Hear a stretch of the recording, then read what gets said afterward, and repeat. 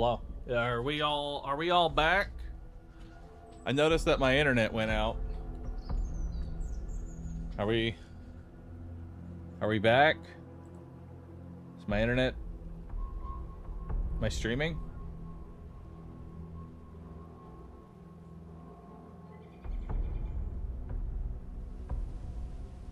We're back? Alright, cool.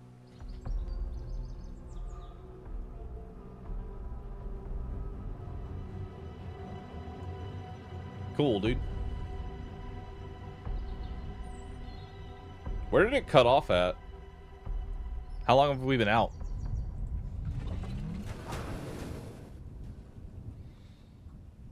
Our forces are in danger.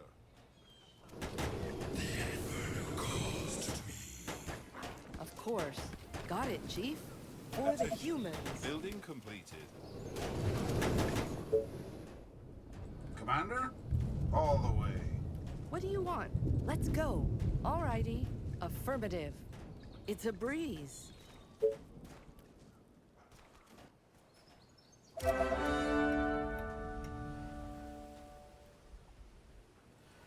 Units under attack.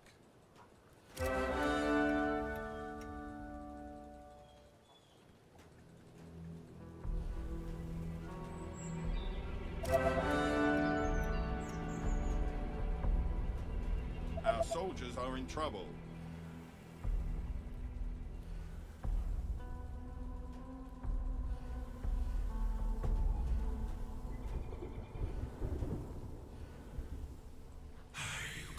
The train has arrived at the station.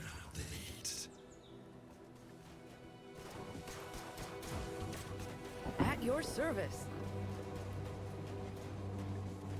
What do you want? Great. Our forces are in danger. Alright. So we've kind of secured this area up here. A little bit.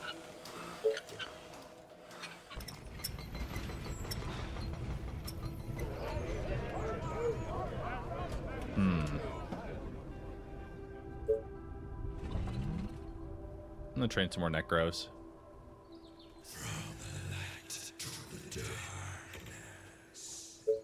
Units under attack.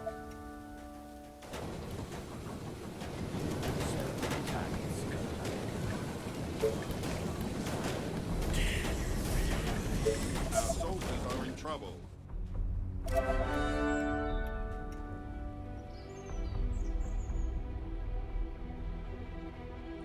Our forces are in danger.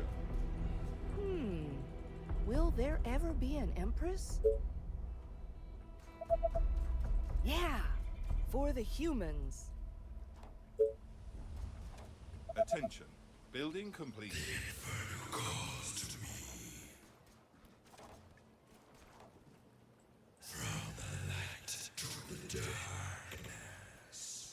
It's a nice day to die. Can you hit that one guy? Hell yeah. Dude, Units under I need attack. to kill their initial firing time is so ass. Gotcha. I need to Alright, so we've secured this area. Our soldiers are in trouble. The train has arrived at the station. Bro. What is all this?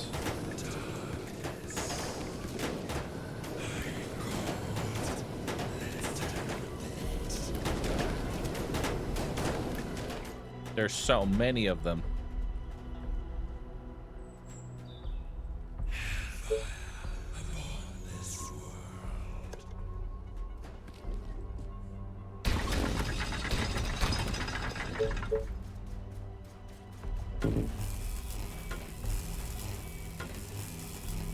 Our forces are in danger.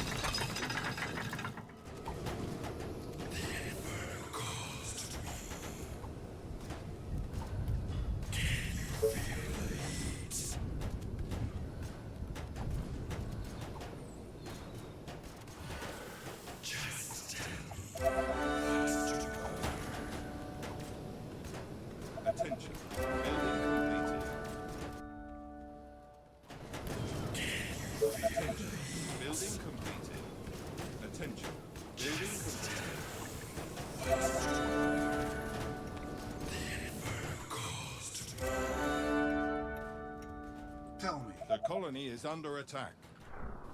How? Orders, sir. That will be easy. Well, you Let's see, go. Bahroo, you destroyed the 3 ballistas that were defending the base. Waiting on orders. Maybe don't do that. Units Come on. under attack. Maybe don't destroy what you have. Do you need me? Here we go. Train has arrived at the station. Tell me. I need to kill Our something. soldiers are in trouble. Bullseye. Do you need me? Just tell me what to do. Our forces are in danger.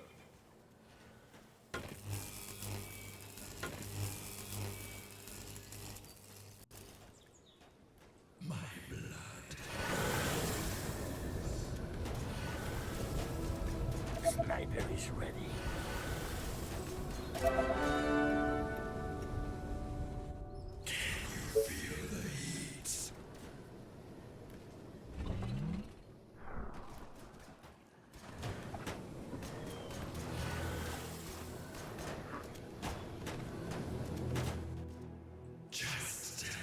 Attention. Building completed. All right.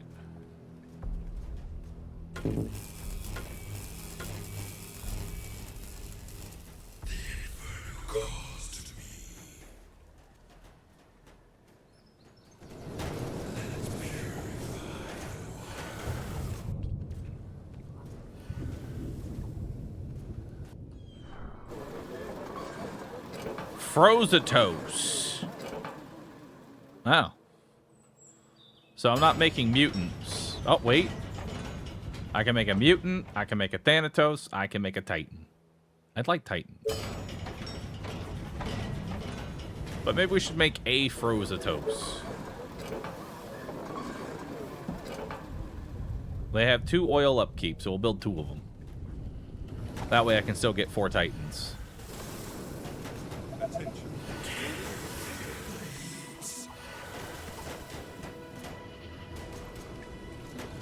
The train has arrived at the station.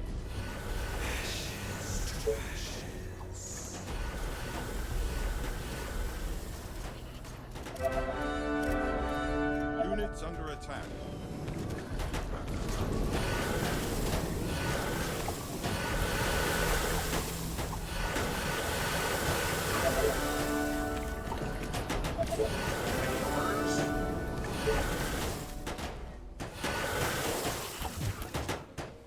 Our soldiers are in trouble.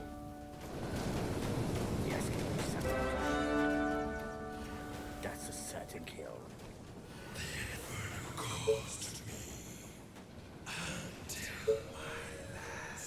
Our forces are in danger.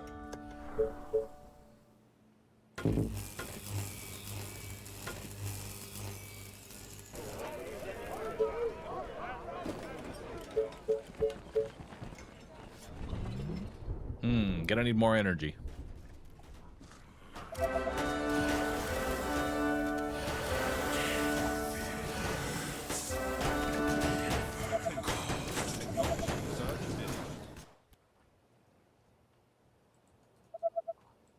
All right, we got our Frozatos.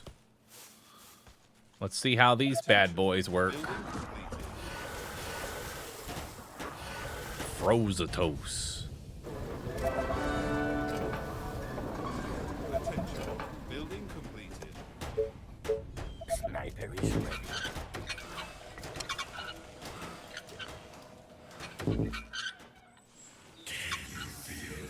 Units under attack. The train has arrived at the station.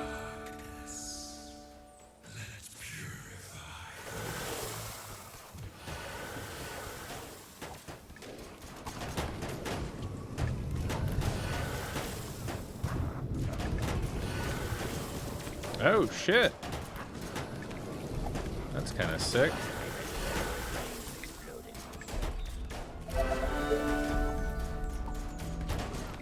Our soldiers are in trouble.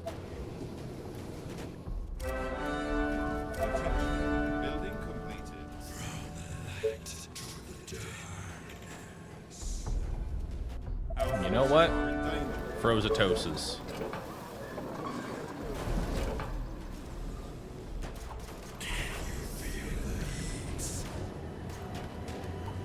Units under attack. More Frozatoses.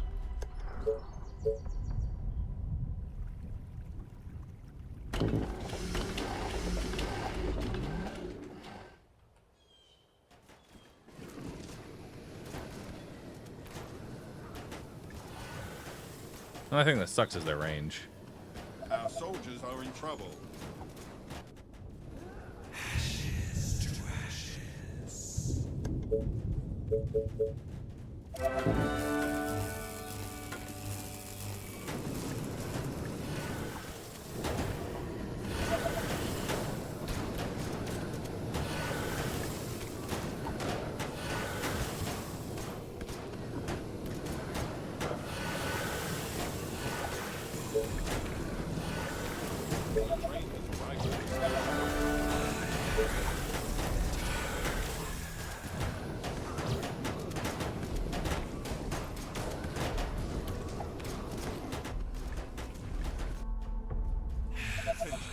Building completed.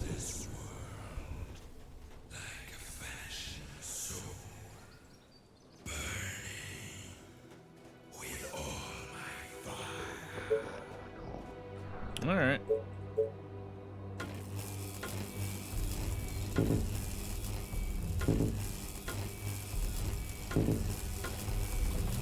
Attention.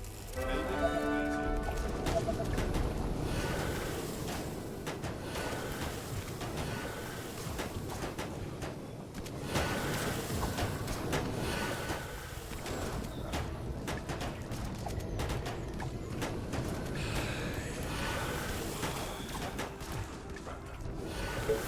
Yes.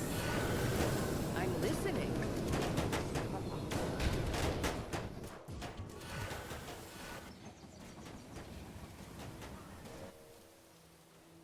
Attention. Building Some more Frozatoses. Bring them on in. I wish I could give Our units forces more are in range. danger. Because, like, I can have a bunch of units right now. The problem is that they don't have enough range to actually all hit.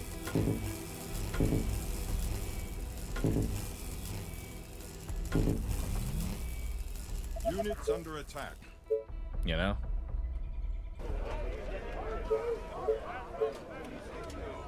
You know what I should build?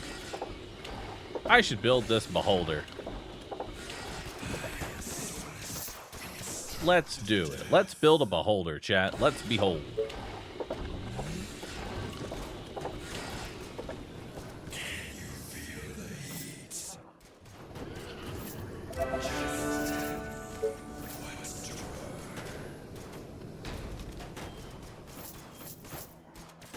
The train has arrived at the station.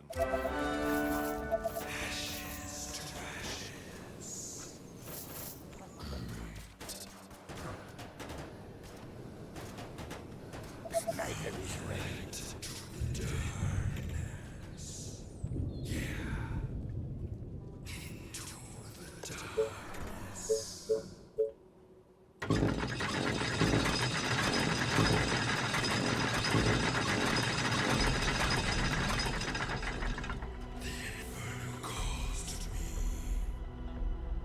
Alright, that looks good enough.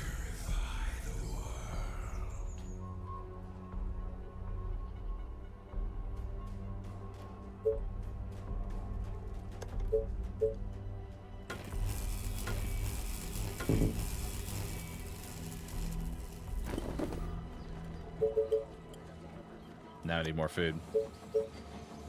Sniper is ready.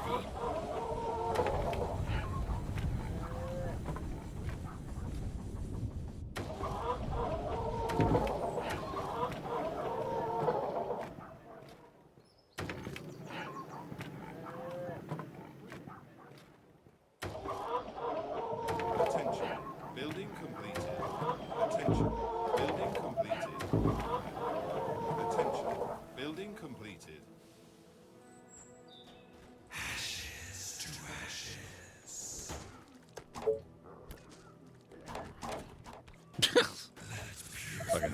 missing.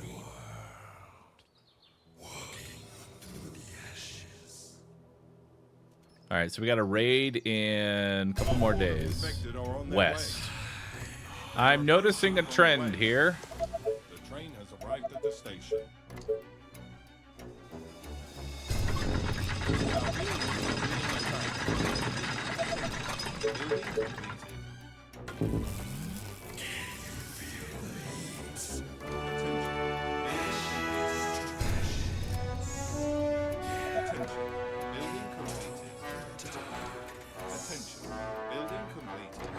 All right, let's bring everybody on over here.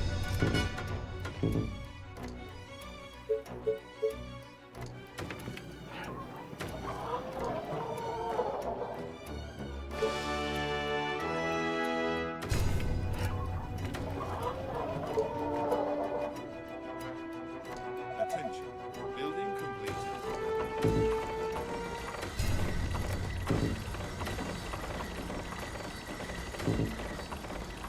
Attention, technology research beginning. Attention, building completed. Attention, building completed.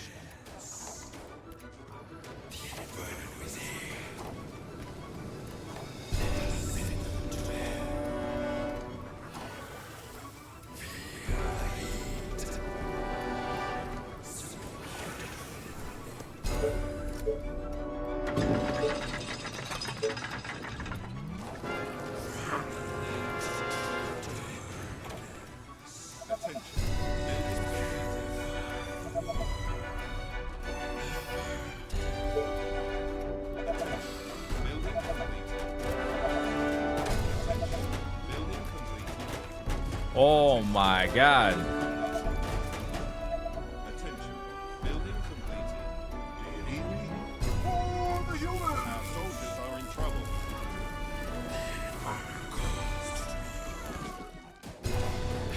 They are trying to break into the building.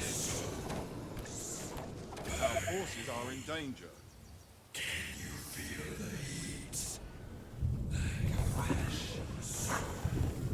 Alright, so that's a lot.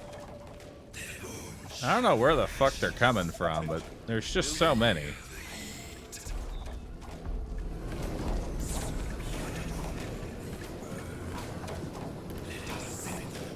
The colony is under attack. Damn it! Oh.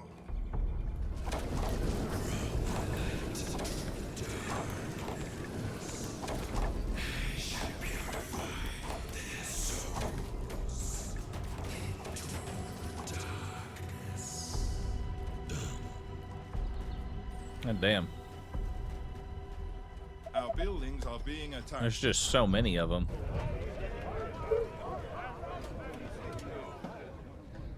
Alright, let's build... What, 7 more Thanatos? They Or are not trying to Thanatos. break into the building. Lucifers. Bullseye. God damn, we need some AoE. Now let's make more Frozatoses. With all the oil I got.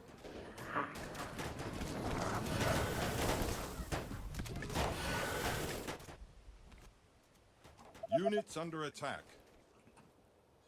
Just tell me what to do. Commander? That will be easy. Do you need me? Commander? It's one little sneaky boy. Station.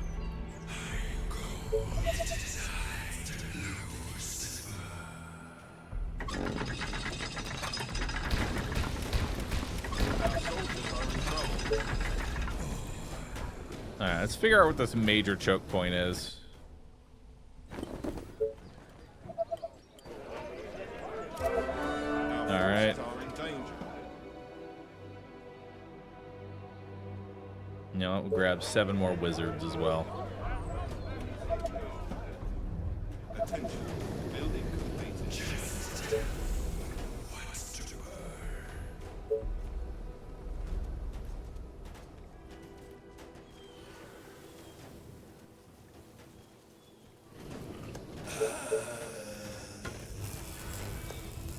Units under attack. Waiting on orders.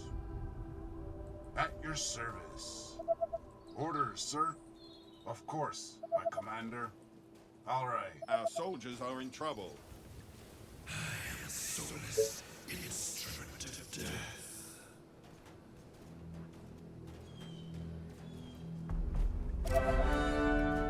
God damn, these maps are huge, dude. Attention. Building completed.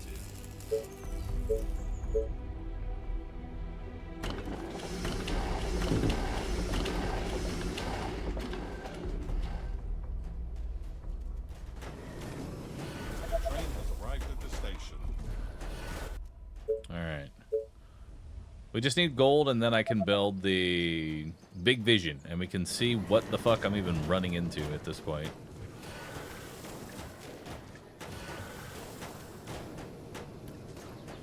Attention. Building completed.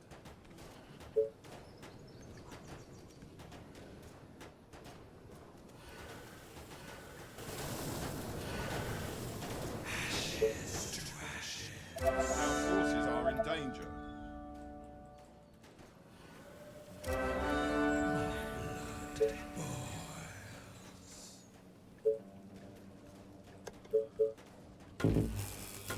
Units under attack. Alright, we are now researching the big vision.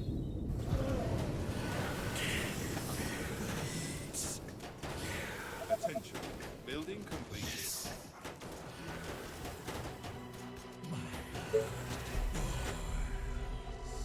Our soldiers are in trouble.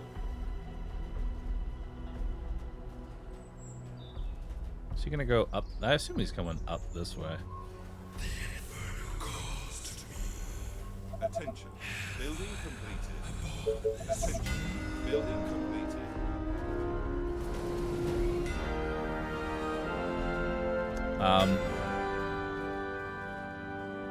Vision? Oh, there we go.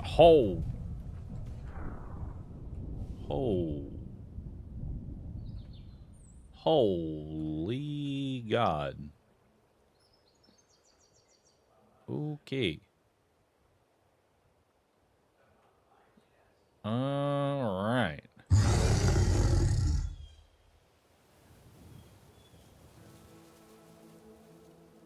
Giants have 25,000 HP. Jeeves.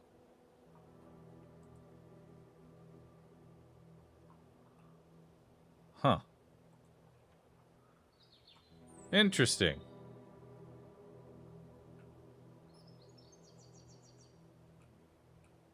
So we should probably clear out this area then. The train has arrived at the station.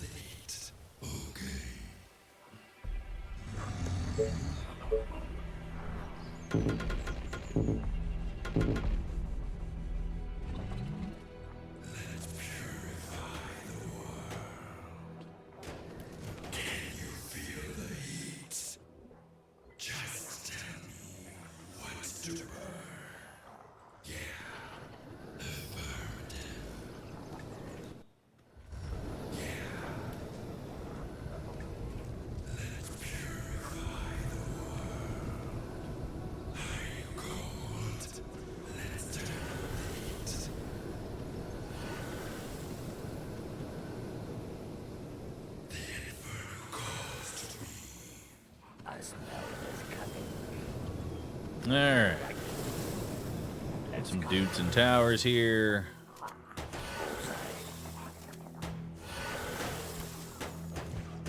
Nice talking. Let's go. Alright, now let's head down. Let's purify the world. Great. Time to start taking out this area.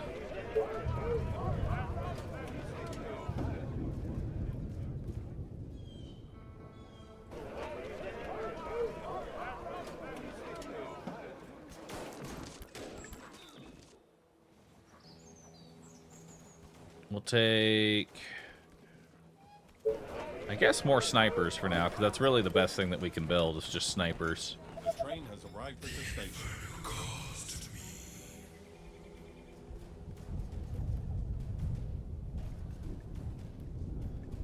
It's gonna be a little claustrophobic in here.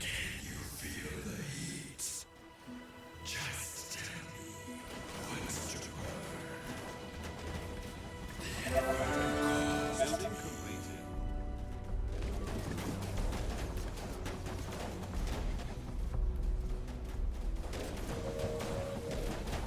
Sniper is ready.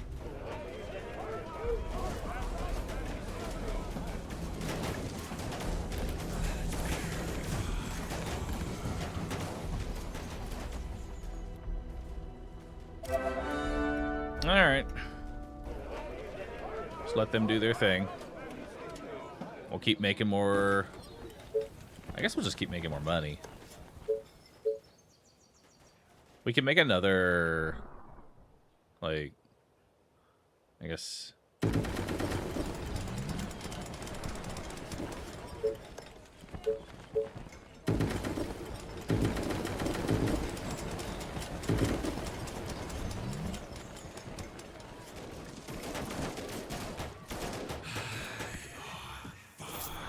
Sniper is ready.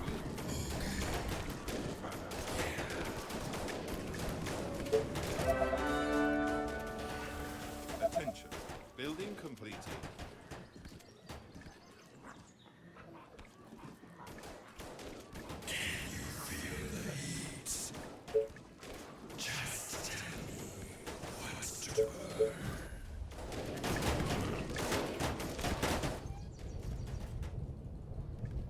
Good day to The kill. train has arrived at the station.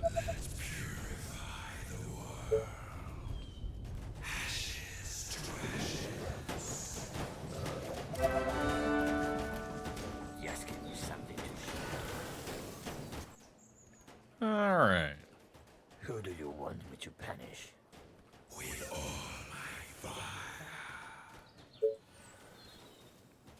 Go get them.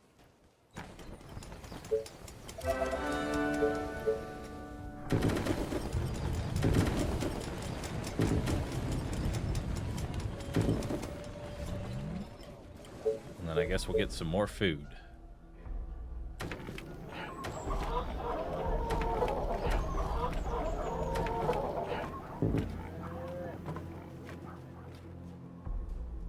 Our buildings are being attacked. Ah! Attention. Building completed. Why? Ready. It's a breeze. They I are can do trying to that. break into the buildings. My rifle is ready.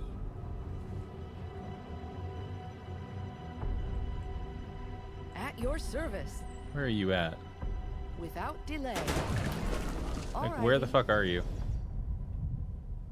Death, lovely death. We need to Your part sniper the at sniper your sea. service. Spreading across the colony. What? Let's go. For the humans.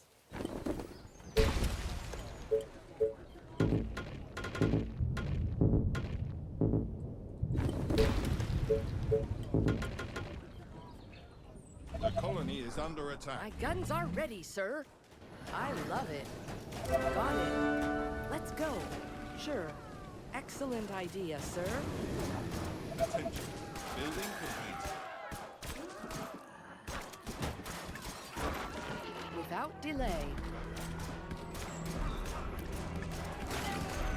Sure. I love it. Attention. There we go. Nice. Building completed. I should honestly just have you over here. You're like literally the fastest person.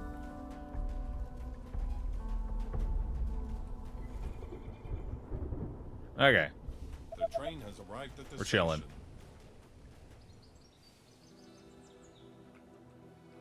We're officially chilling.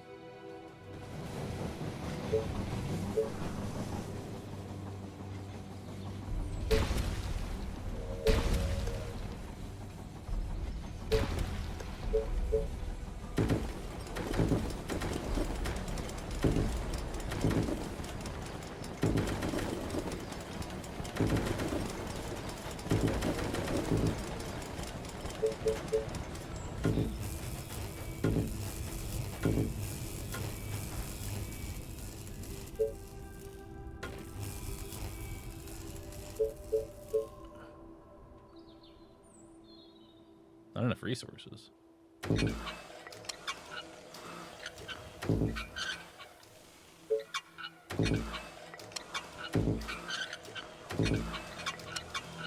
Attention. Building completed. Attention. Building completed. Attention. Building completed. Attention. Building completed. Attention. Building completed. I wish I could build the veteran tower. Like, veteran tower would be so nice. I can build a lightning spire. Attention. Kind of. Building completed. Attention. Building completed. Attention. Building completed. Yeah. Attention. Eat my Building bullets. completed. I can do that. Let's go. Yes? Got it. There we go. Perfect. You hold this spot. Sniper is ready.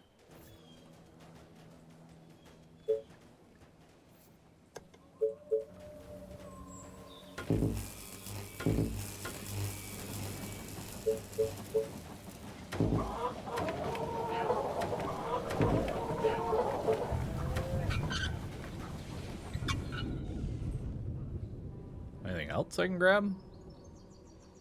Any other resources? I'm just waiting to get a hold of. Doesn't appear to be.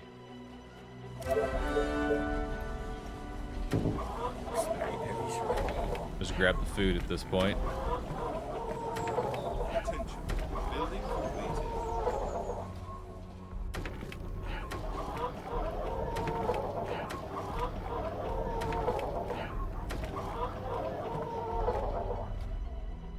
Our forces are in danger. Attention. Building completed. Attention. Go get Building 'em. completed. Go get him, champ. Sniper is ready.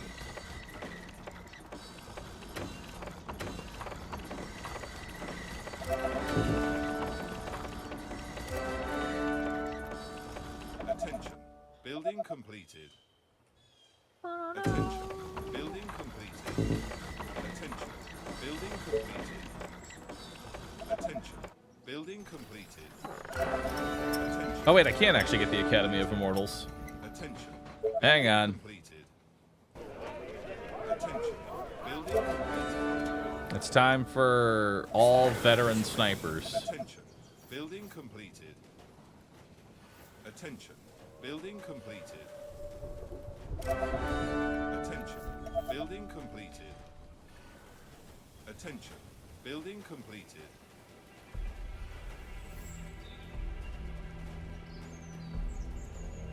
Attention. Building completed. Tell me your darkest thoughts.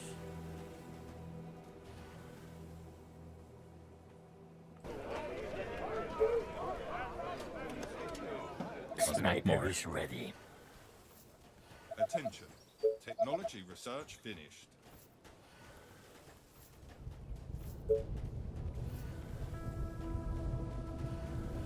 Units under attack. I'll put it right here.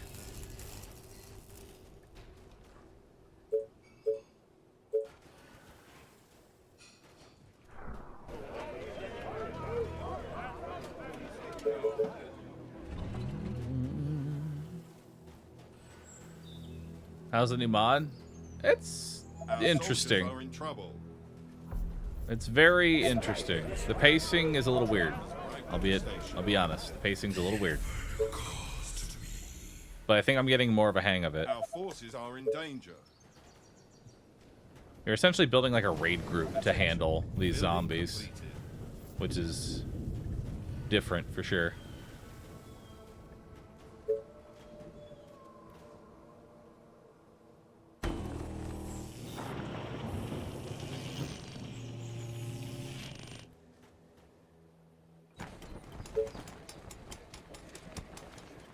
Sniper is ready. What's weird about the pacing? Like, I'll clear to here, and that's okay. and then I'll move 2 feet further down, and suddenly I'm getting swarmed. Attention. Building completed. Units under attack.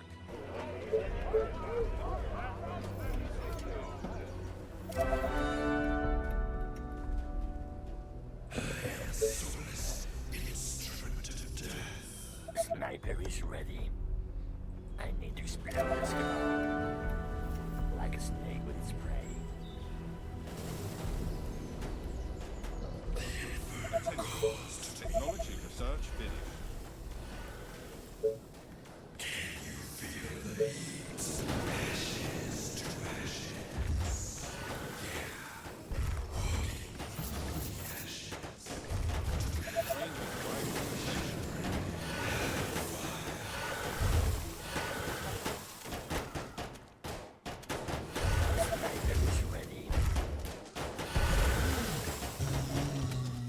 Nice.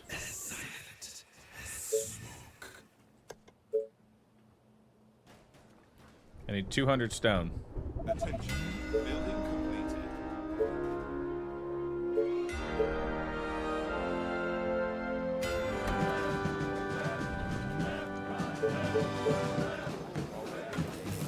Our soldiers are in trouble.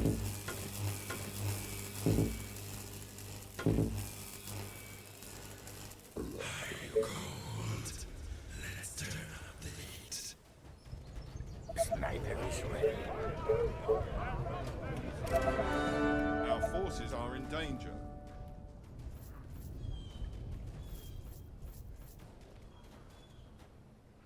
Well, now I have like 1 million food. I don't know what to do with it all, Attention. but I have like 1 Building million food. completed. Attention. Building completed. Attention. Building completed.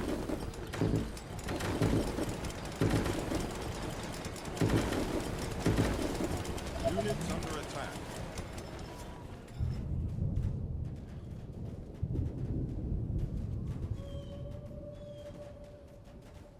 Sniper is ready. Attention. Building completed.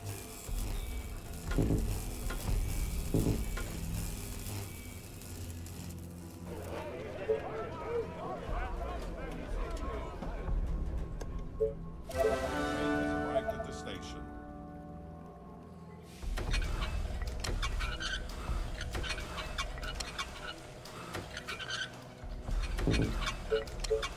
Attention. Building completed. Our soldiers are in trouble. Sniper is ready. Attention. Building completed. Attention. Building completed. All units are now veteran. Hell yeah. And I can get more oil.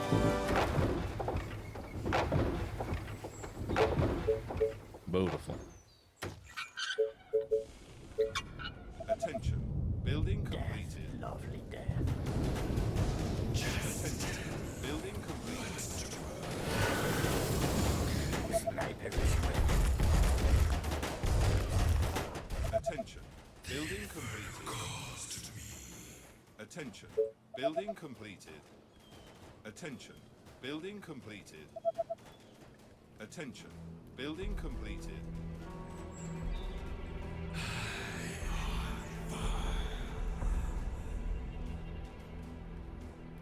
Alright.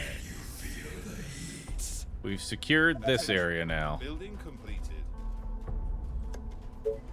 For all the resources that are out here. All of the infected are on their way. Also, we seemingly only get raided from one direction. Attention. Building completed.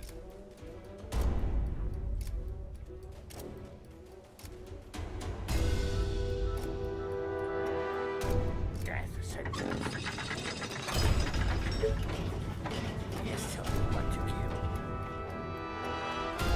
Should probably also learn stone walls. Building completed. My rifle is ready. Sniper is ready.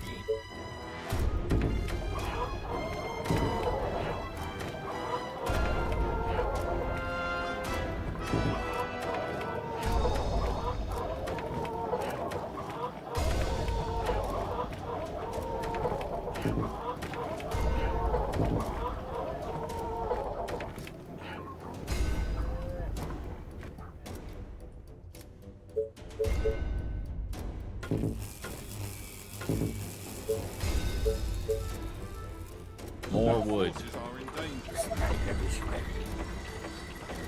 Commander?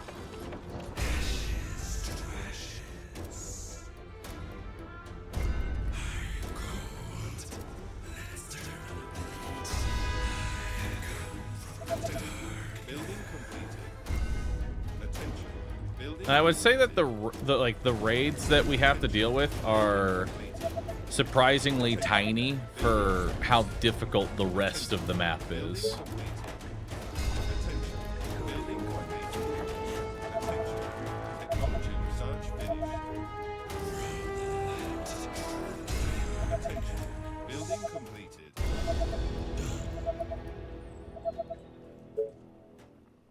All right. I guess y'all just go clear more. And you know what? Let's grab some Titans. Units under attack. Why not? Let's grab a couple Titans. I'm sure they're doing just fine. Our soldiers are in trouble. They're okay. Suck it up.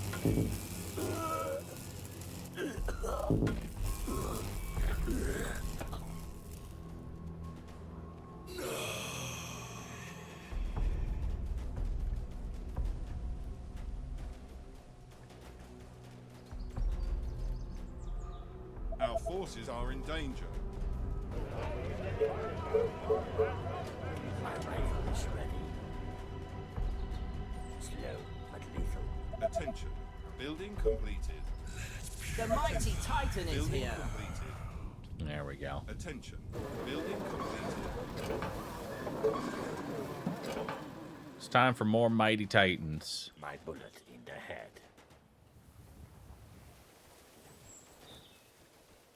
What happened to the panda avatar? Is he okay?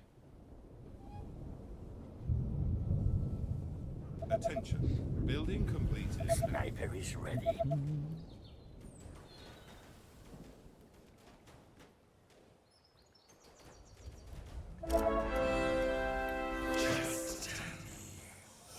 I like the idea of the new units.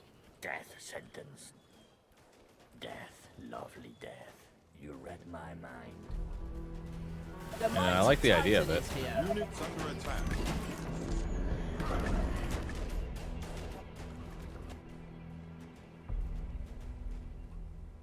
Good morning, sir. Sniper is Our ready. soldiers are in trouble. Excuse me? Oh dear.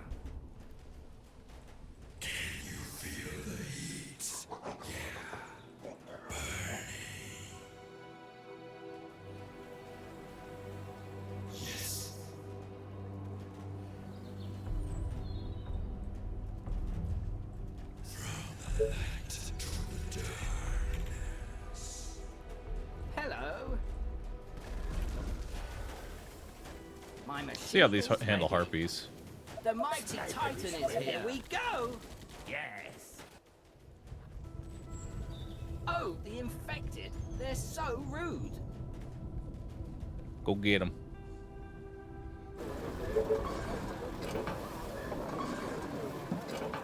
Good morning, sir.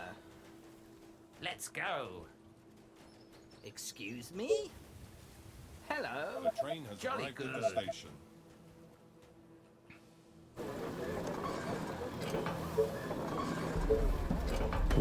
Here, I'll build a second one. Sniper is ready.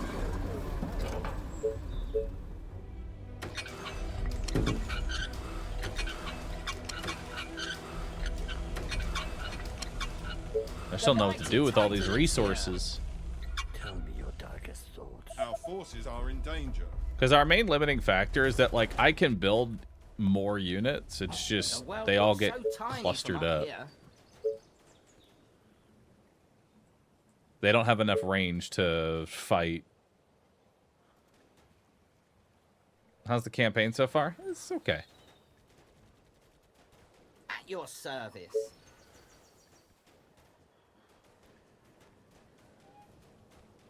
Attention. Building completed. Attention. Building completed. Attention. Building completed. The mighty Titan is here. Yes, keep Also, if this is the first map, I can't wait to see just how fucking massive nice day to die. the other map is. I think that's what's really getting me is that the very first map is fucking huge. It's so fucking big. This map is like the size of the final map. The train has arrived at the station.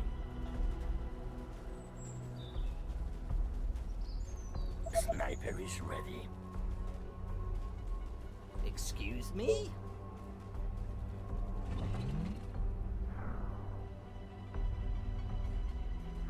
Yes, tell me what to kill. The mighty Titan is here.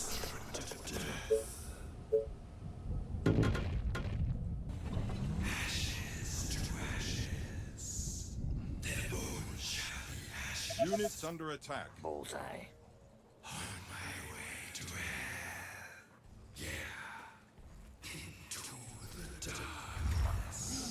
Sniper is ready.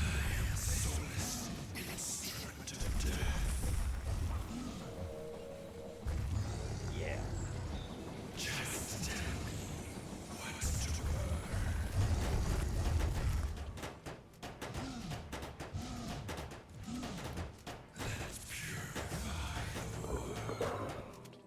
You read my mind Go get him. like a snake. The with mighty its Titan is here. No.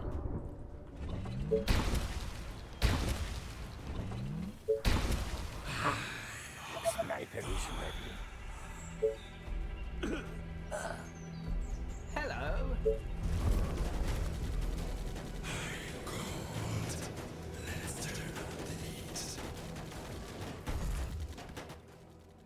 Our soldiers are in trouble. The train has arrived at the station.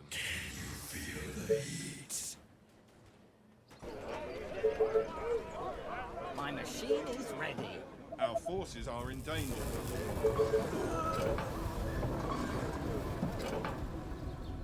All right, go get him. Is ready.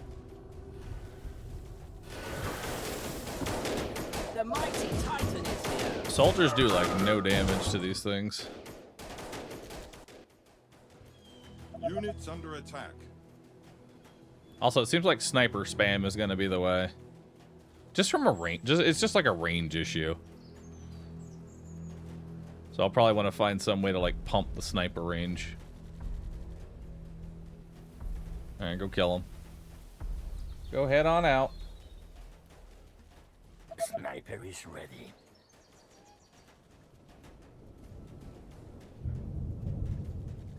The mighty Titan is here.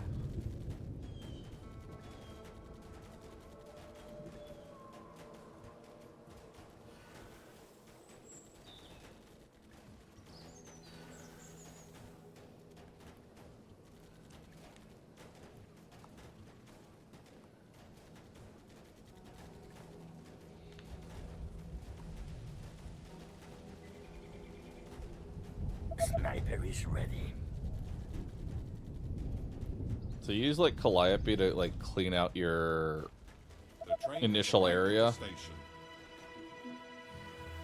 build as many snipers as possible. Oh, I'm going. You read my mind. Good morning, sir. Hello. Oh the mighty dear. Titan Jolly is here. good. Indeed. What can I do for you, sir? Oh, hello. Jolly good. Indeed. Yes. Let's go. Sniper is ready. Hello. because it's kind of funny how like the frost debuff like trivializes things earlier or later Yes. late game. It's a wonderful day, don't you think?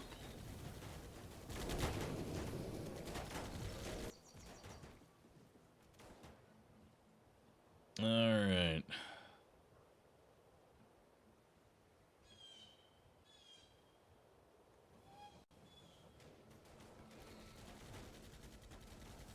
Definitely getting a The Lucifer. mighty Titan is here.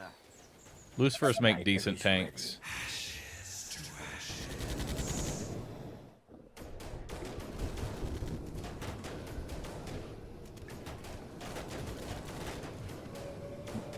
Yo, Soggy Toast Man, thanks for subbing, dude. Appreciate that. MSK12, thanks for subbing. Hello. So now what? Oh, Am I actually hello. are we actually Let's waiting till go. like day 84?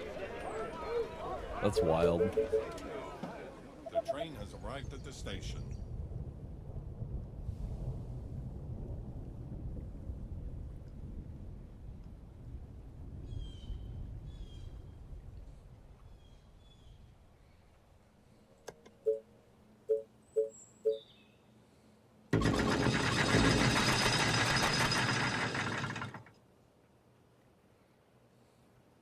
Okay.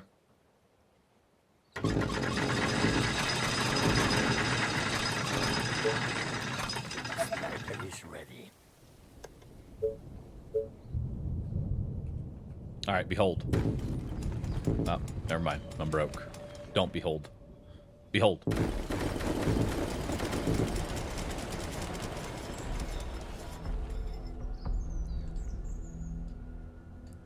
Time to spend some of this money. Attention. Building completed.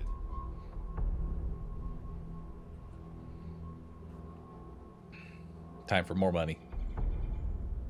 Attention. Building completed. Sniper is ready.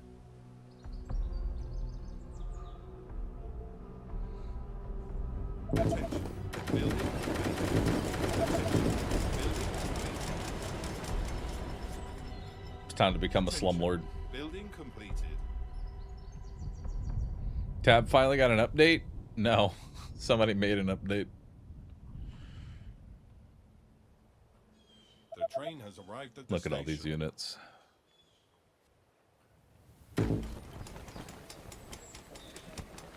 Sniper is ready. What if they now come from all sides? Well, that'll be awkward.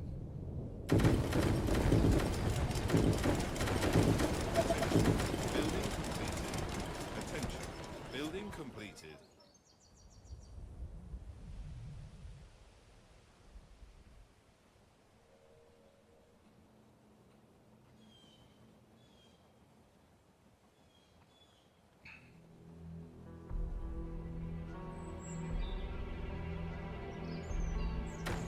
Sniper is ready. Building completed.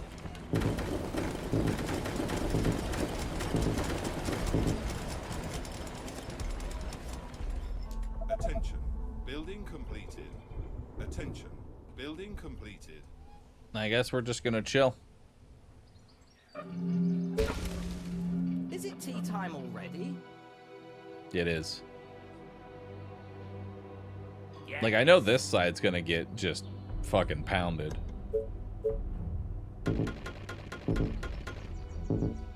Sniper is ready. Attention. Building completed. Attention. Building completed. Attention. Building completed.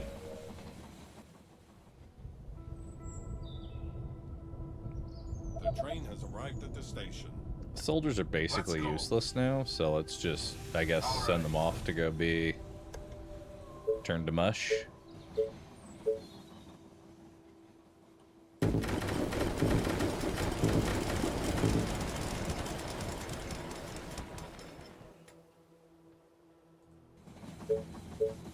Oh, I'm out of food.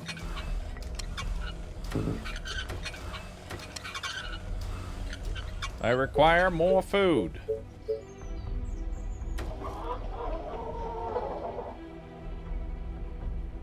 And then after food, I require more energy.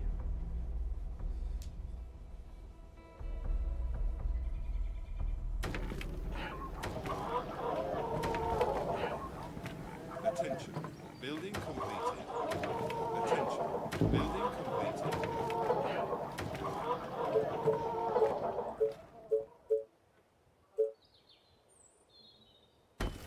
Attention. Building completed. Attention. Building completed.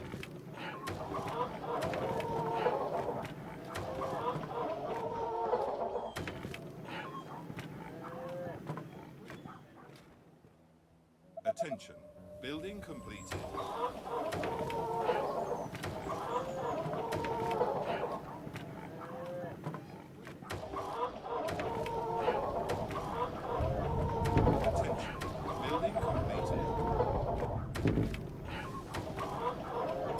Attention.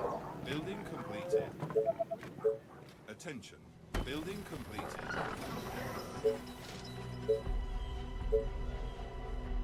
Alright, where am I slamming energy at? May as well slam it over here.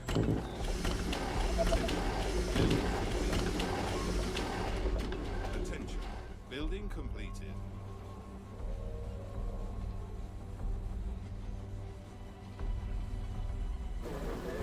Attention. Building completed.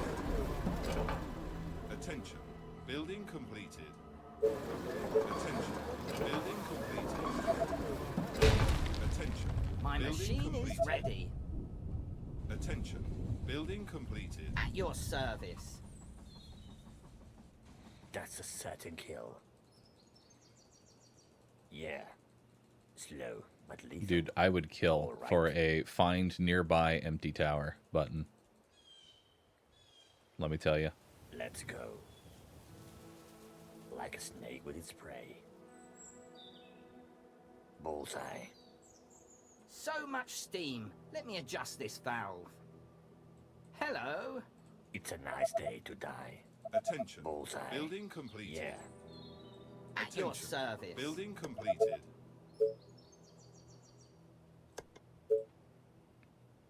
The train has arrived at the station.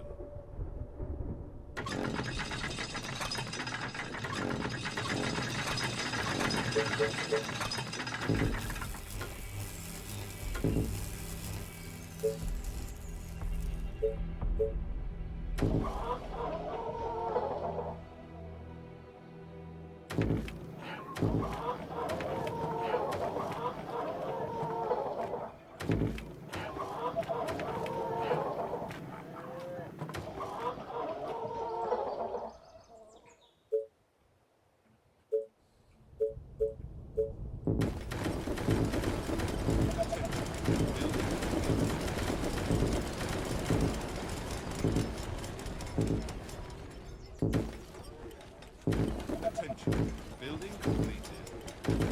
Attention. Building completed. Alright. Don't need that anymore. Attention. Building completed. Attention. Building completed. Not really Attention. need that. We'll research that. Attention. Building completed. Attention. Building completed. Attention. Building completed.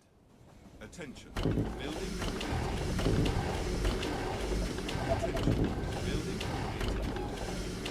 Attention. Building completed. Attention. Building completed.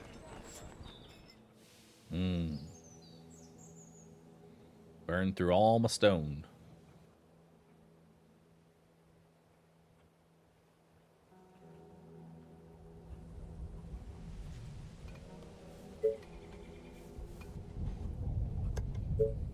Attention. Building completed.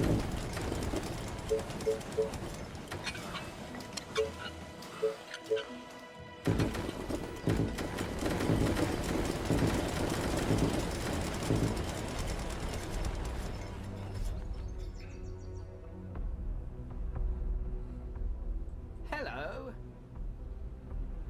Let's go. Attention. Building completed. Attention. Building completed. Attention. Building completed. Good morning, Attention. sir. Building completed. Attention. Is it tea time Building already? completed. My machine is ready. Good morning, sir. Building completed. Attention. Building completed. Attention. Building completed.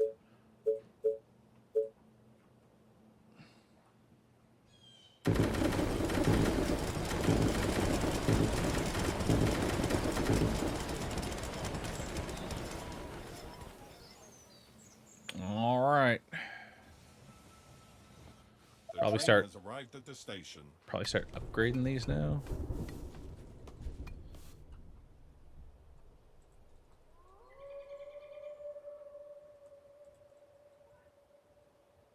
I don't know if these auras work. while they're in a tower. You know? Attention. Building completed. Attention. Don't Building actually know. completed.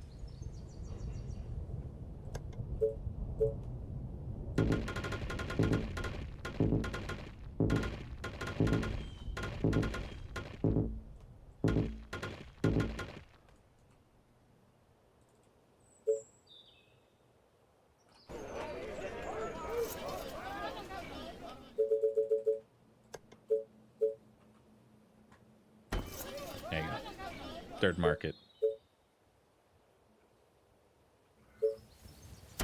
Third bank.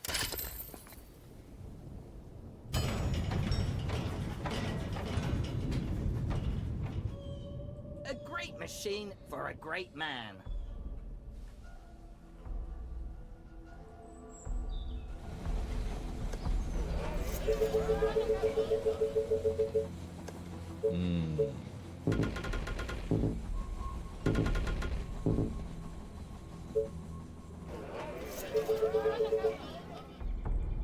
The train has arrived at the station.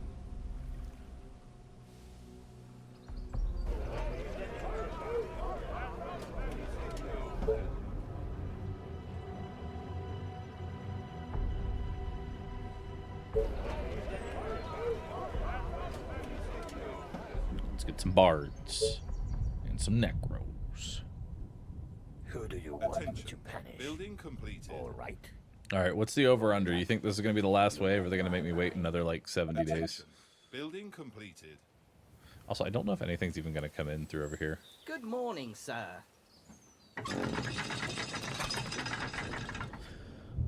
Oh my god! A huge swarm. They're is coming. billions! They are billions.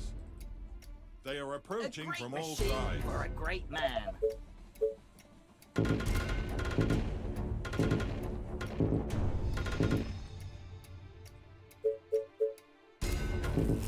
Is it tea time already? Yes, tell me what to kill. Bullseye. Attention. Building I smell completed. death coming. Let's go. Yeah. Slow. Your sniper at your service.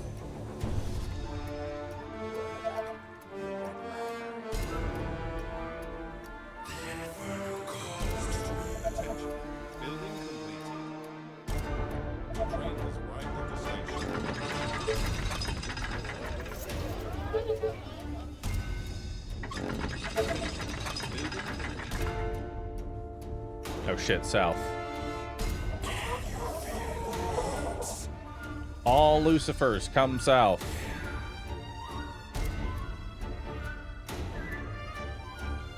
What can I do? I kind of for forgot you, about the sir? south. Jolly good. Building completed.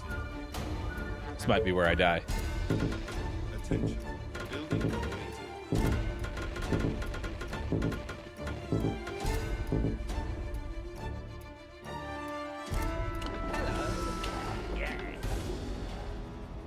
Wait.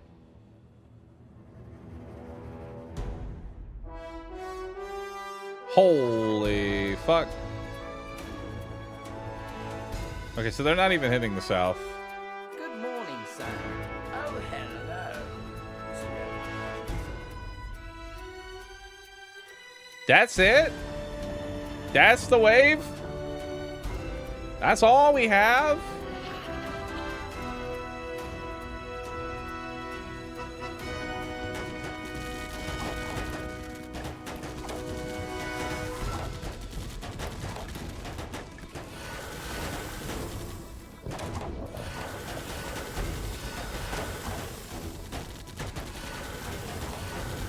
My machine is ready.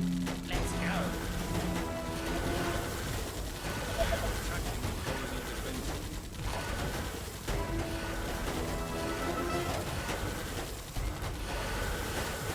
Our buildings are being attacked. They are infecting our buildings.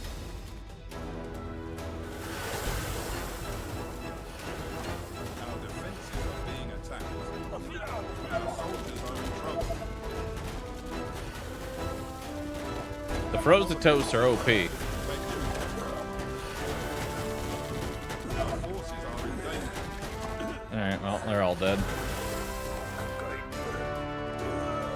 They are trying to break through.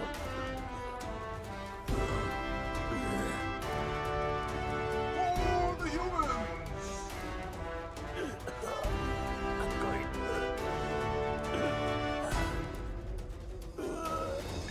We'll get him.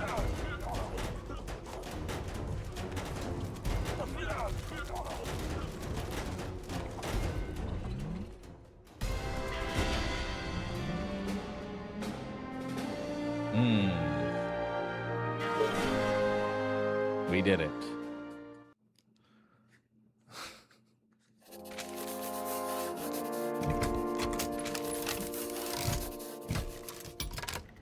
Split directive. Yin and yang. I only get 390. Yikes.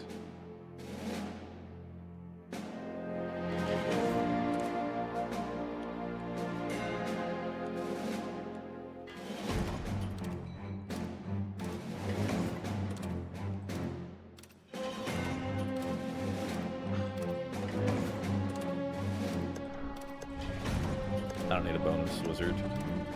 Although, what does this do?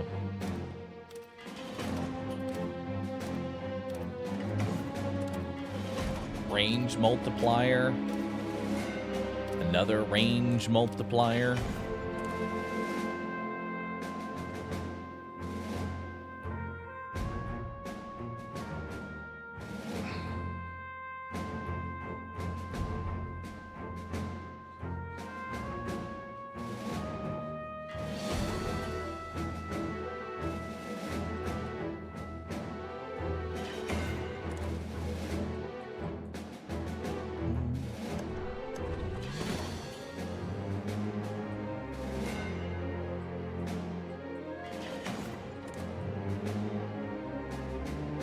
Lucifer AoE increase.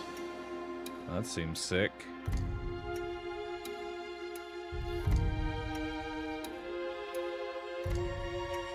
Solar energy. Bow delivery. Each time...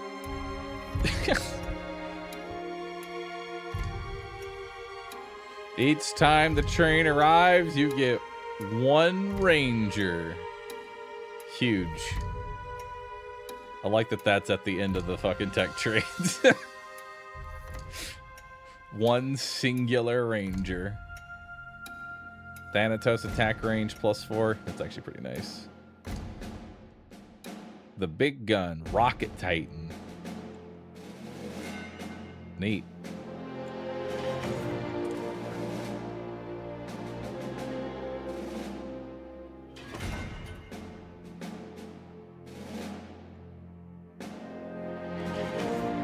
Lucifer run speed by 45%.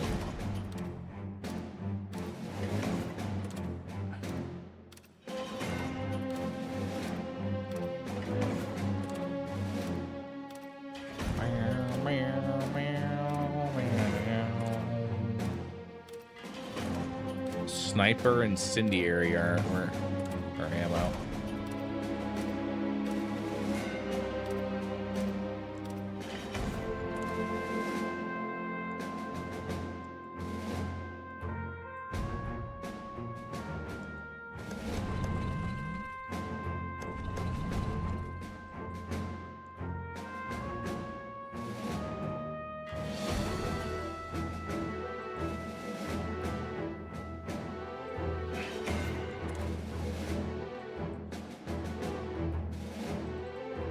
I mean, that seems like how I would go. Just get telescopic sight. You know?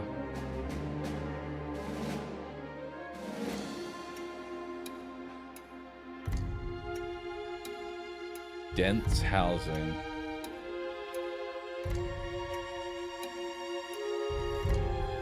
I don't know what that means. Does that mean I can build like an idiot?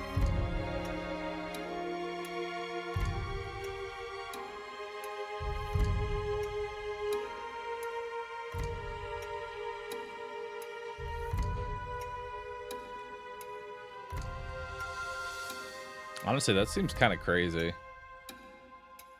It's 95% more damage on the snipers. Because the big problem is the fatties. And the spitters.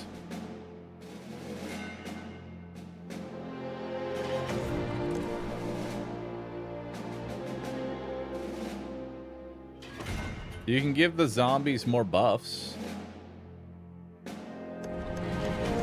Which gives you more tech points, which is kind of cool. Waves are bigger.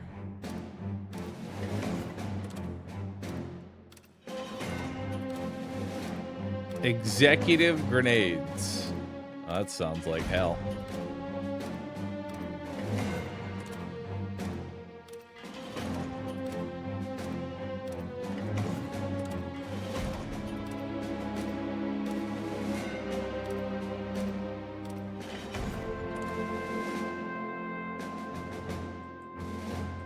Do it.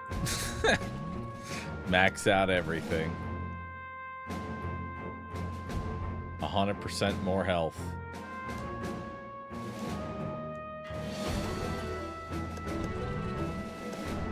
Alright, bigger waves, bigger damage, better hearing. I don't really want faster zombies. A little more health. Which lets me get high caliber bullets. Which can increase their damage even more.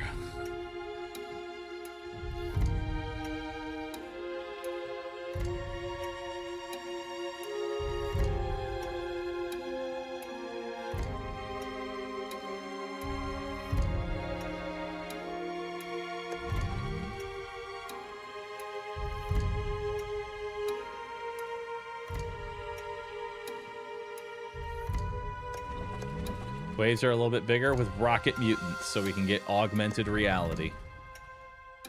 Beautiful.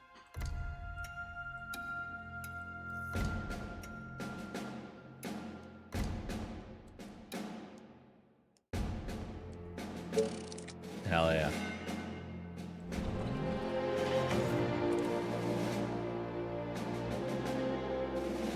Destroy all the infected, resist all the swarms. Alright, what are y'all thinking? Split directive or yin and yang? Which one do y'all think? Which one should we try next? Split? Let's split them up.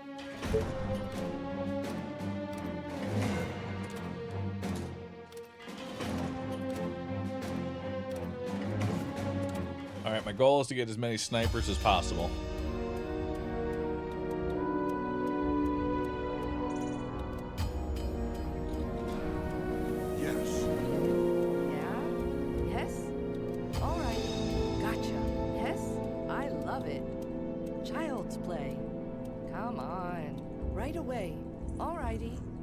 Delay. Yes? Sure thing. Holy fuck. Not a problem. Perfect. Great. Piece of cake. Yes? Perfect. I love it. Piece of cake. Perfect. Sure.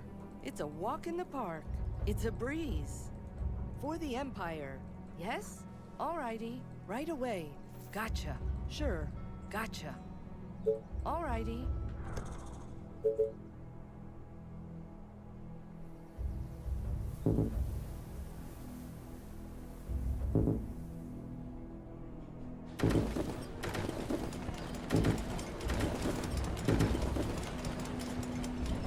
What?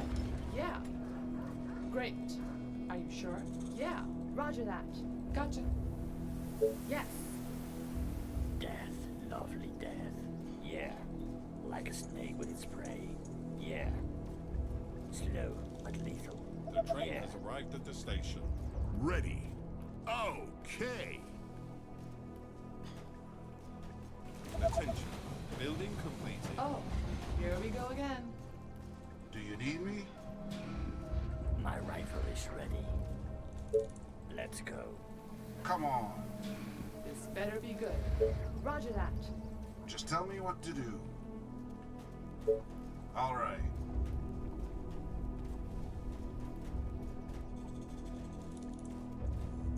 Last night I dreamt of brains exploding. Units Yes? under attack. What? Okay. You already got overwhelmed Let me and put an died? arrow in his head. Any orders? I guess that's my fault. Come on. Great ideas, sir. Come on. Sure. Got it, Chief.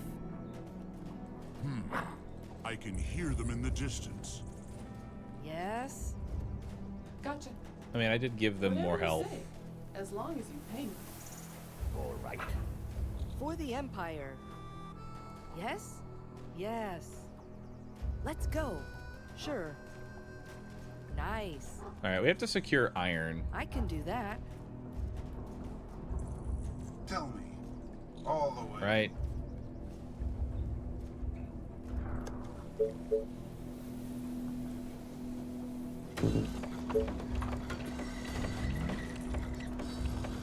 Is everything okay? Because in order to build more snipers, we're gonna need iron. Okay.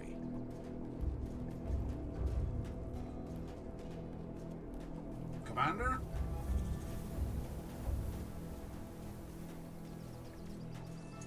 Death, The train has lovely arrived at the death. station. Let's go. Nice Also, start. better zombie hearing is kind of a meme. Read my mind. Yeah.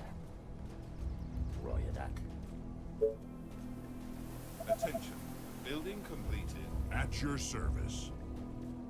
All right. For the humans! Attention. Building completed.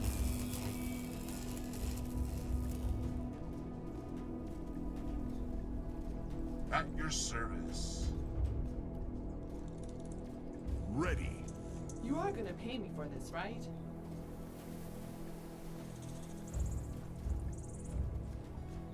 Yes, tell me what to kill. Also, they changed the amount of XP that these guys give. What? Yes? For the humans. Not Alright, we a gotta come up problem. here and help clear For the out. humans. Building Okie completed. dokie. Yeah, not a problem. What do you want? Yes. There we go. Perfect. Ready. No. Oh my god, the Yes. fucking ranger. Do you need me? Commander? Ranger! What do you need? Just give me something to shoot. It's fine. That's easy. Where to next? Nice. What? Of course. Tell me your darkest thoughts.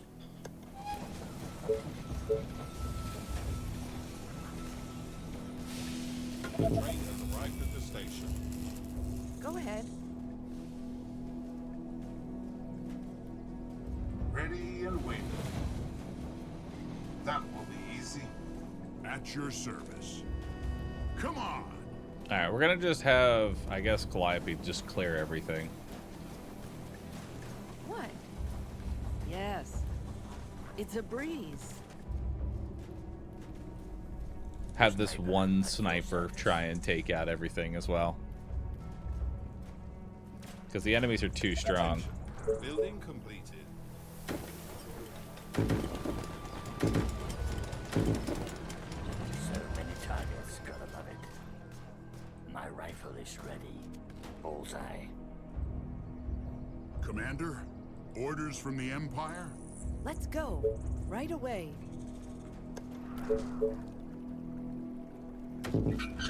There we go.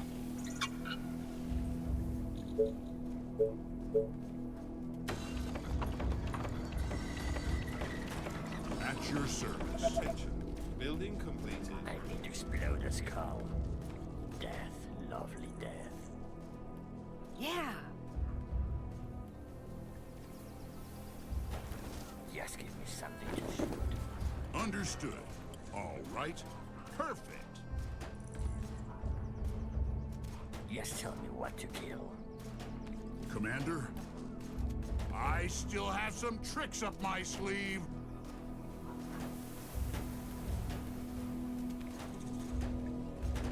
Attention. At your Building service. completed.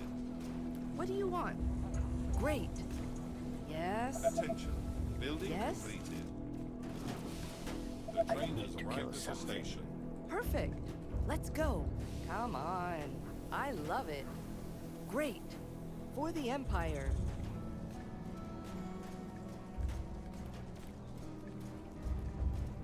Commander? All right. My rifle is ready.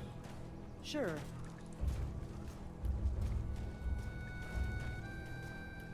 Of course. Waiting on Trying to keep an eye on everything.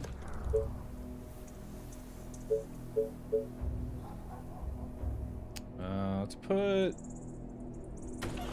some energy right there. What? Great.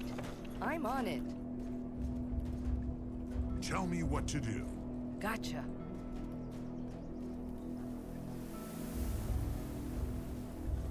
For the humans. Great. Thank God the hero's OP as fuck. Yes. Sounds good. It's a walk in the park. That's easy. Taste my lead. Got it. Great. It's a walk in the park. Roger that. Commander. All right, so we keep having Yes? just the hero clear everything out. Attention. Building completed.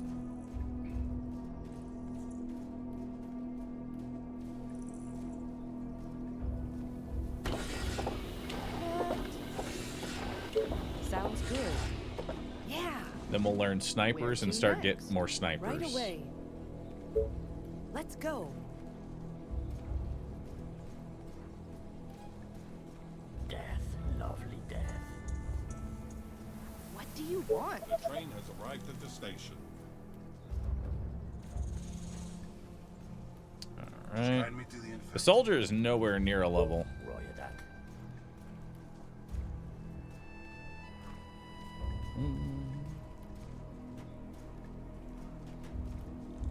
What do you need? Let's go. Yes. I love it. Yes? Yes. Orders, sir. All the way. All right, let's make sure we can kill these. Yes? Ready.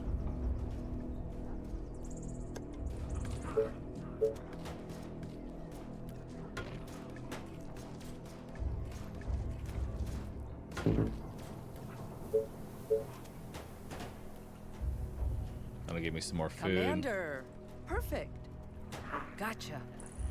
Oh, we have a runner coming. Yes? All right. Okay. Now we can go ahead and build What do you soldier want? center. Yeah? Yes. I need to kill something. Ready. What? All right. No survivors. Great. Let's go. Attention. Sure. Building It's a completed. breeze. For the humans. Okay. Attention. Gotcha. Building Sure. completed. That's Should be good easy. enough. I love it. Yes? Great. Ready. Ready. Affirmative. What? No problem. Let's go ahead and learn sniper tech. All right. The train has arrived at What the do you station. want? Of course. Got it. Nice. Now we'll start Understood. building What do you need? some snipers. Our soldiers are in trouble. My rifle is ready. God, Kayla sucks ass. It's like What? completely incompetent. So many targets, gotta love it. Attention. All right. Building completed.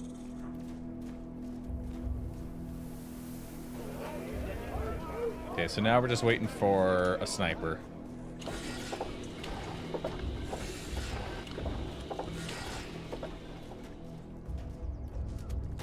My rifle is ready. Tell me what to do. Your How close are you sniper to being a at veteran? service. Because honestly, once this sniper becomes a veteran, it becomes a lot better.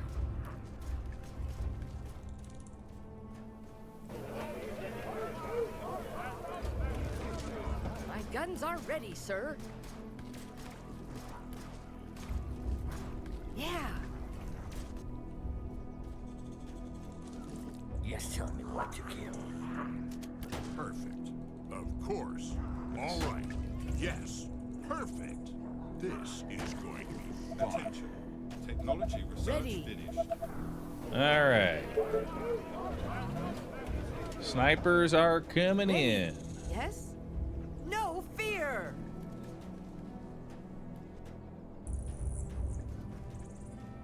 All right. Not All a right. problem. Let's let that chill for a minute. Yeah? I love it. Station. Sure thing. Affirmative. What? It's a walk in the park.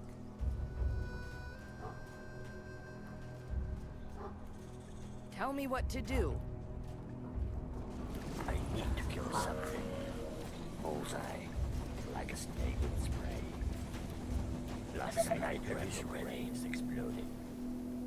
Who do you want me to punish? For the Empire! Death, lovely death. Sounds good. Let's make another sniper.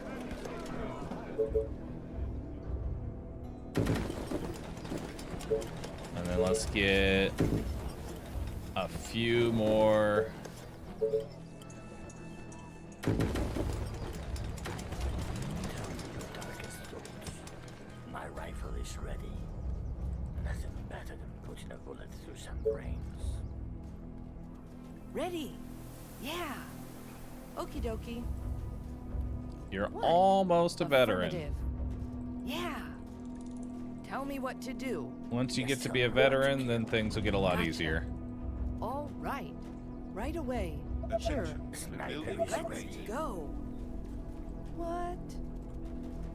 Ready. Piece Okay. of cake. Come on. Yes? Affirmative. Your sniper at your service. Sure. Let's decongest this area a little bit. What? Where to next?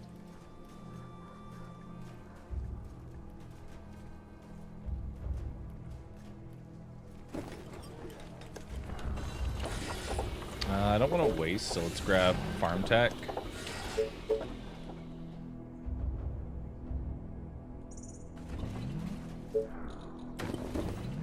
Who do you want me to punish? Ready. I'm on it. Sniper is ready. Affirmative. Train has arrived I at the need to station. explode a skull. My guns are ready, sir. Right away. Sure. Gotcha. Yes. Set up here. Yes? Attention. Building Sure. completed. Gotcha. They're gonna need help. He's a veteran now. Let's Sure go. Gotcha. Now he can pull even more zombies. Death, lovely death. Just give me something to shoot. I smell death coming. Yes? Right away. Go ahead. Commander, I'm on it. Perfect. Not a problem. Gotcha. No problem. Let's go. No problem. Nice. Yeah, there's so Sure. many.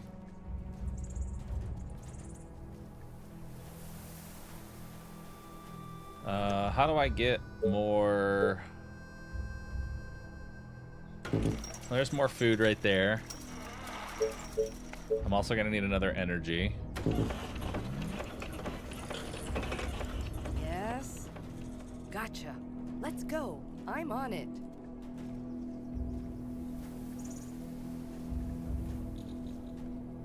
Attention. Technology Sure. research finished. That's easy. Great. Okay, now we can build a farm. Sniper is Yes? ready. Death. You can get another sniper out. My rifle is ready. Your sniper at your service. Yeah? All right. Attention. Building completed.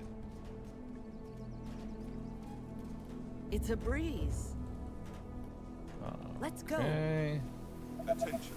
Building Child's completed. play. We're pulling so much aggro. What? Piece of cake. What? Sure. No problem.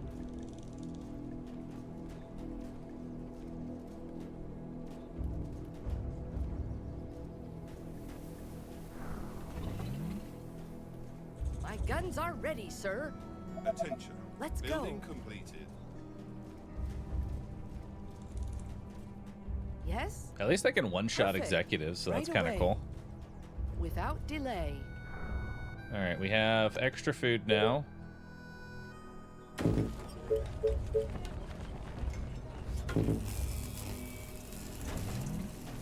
Go ahead. What? Perfect. Gotcha. That's easy. Nice.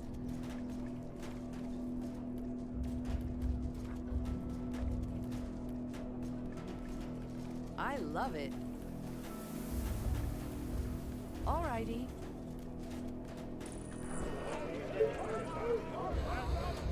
Need more iron. Yeah? Attention. Building Got it. completed. Roger that. Understood.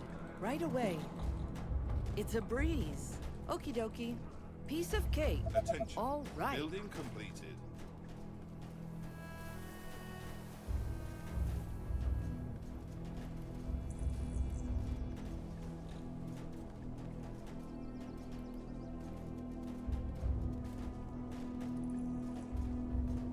Sure. Perfect. Got it. Got it, Chief. Okie dokie. Sniper is ready. Understood. The Got train it, has Chief. arrived at the station. Sure. Roger that. Without delay. Child's play. Attack! All right. At your service. Sure. Let's go ahead and learn cottage tech, so that way I can just straight up upgrade the, Perfect. Sure thing. just Sure. upgrade the tents Yes. that I have. I think that'll be Got it. nice. Of course. Yeah? Sounds good. Okay. I love it. Understood. I Come can down do here and that. help these guys Yes. out. Child's play.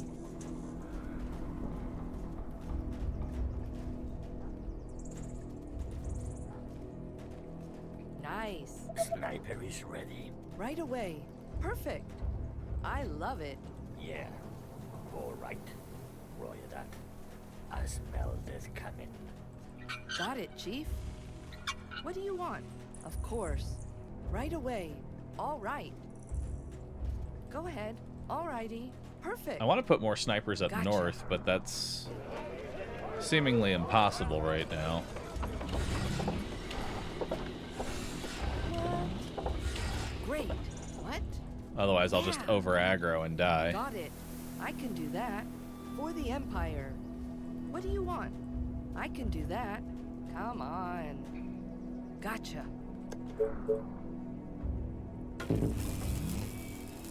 Yes?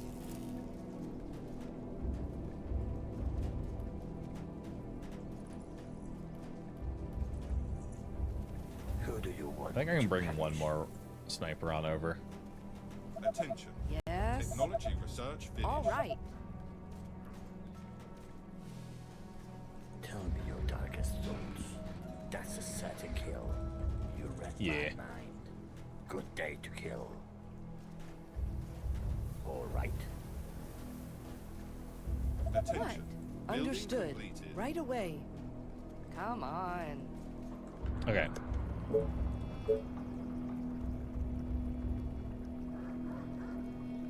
A horde of infected are on their way.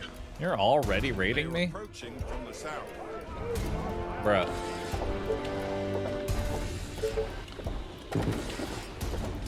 Give me a break. Commander. What do you want?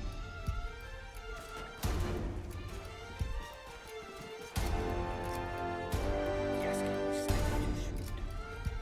Who do you want me to punish? Last night I Attention. dreamt. Building completed. Yes? Affirmative. What? Attention. Of course. Building completed. No problem. Yes? Commander.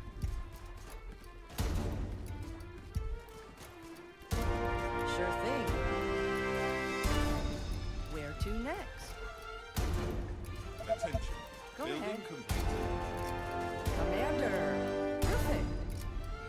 right away. What? Yes? I need to kill something. Yes. For the Empire. Affirmative. All right.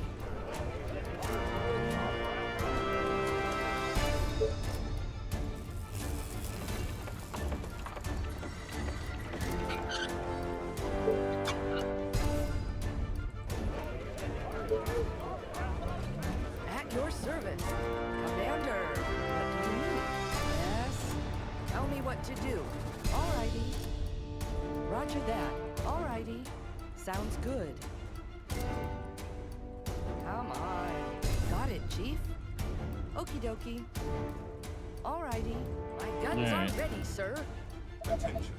Technology research finished. Just have you start clearing to the...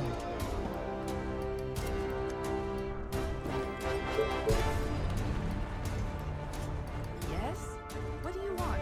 Yes? How are you Gotcha. getting Take aggro to that. come over Tell me here? what Stop to doing do. that. The sniper Go is ahead. ready. Of course. Yes? Attention. Love Building death. completed. I need to kill something. Bullseye. Tell me what to do. Let's go. My guns are ready, sir. It's a breeze. What?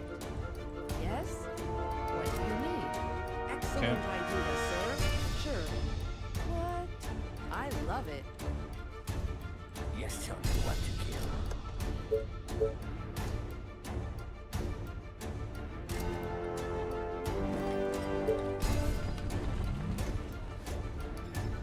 Yes. All right. Of course. Great. Go ahead. Yes? That's easy. All right. Building Perfect. completed. All right. I love it. Without delay. It's a breeze. What do you need? Sure thing. Not a problem. What the fuck? Where to next? Got it. What the fuck? Yes? I'm so... What? Yeah. Perfect. Huh? For the Empire. Okie dokie. That's 25% bigger, huh? Our forces are in danger. Okay. Okay. They are trying Alright. to break into the building. Okay. The infection is spreading across the All right. Just a small increase. You got it, buddy.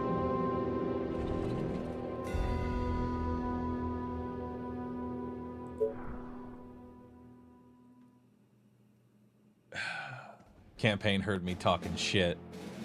Said, "Oh, it's easy, is it?"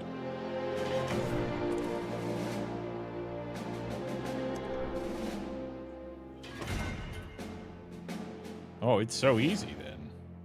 Fucking win then.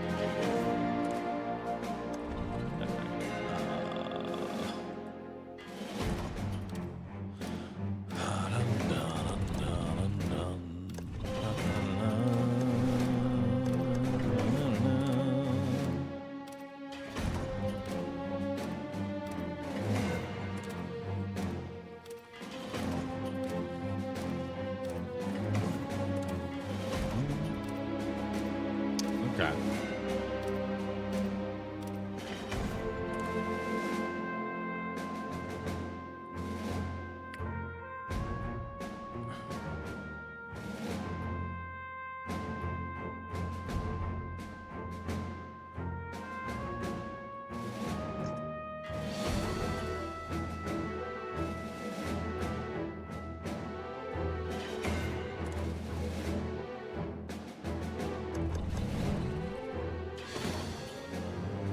All right, what if I spam some rangers then?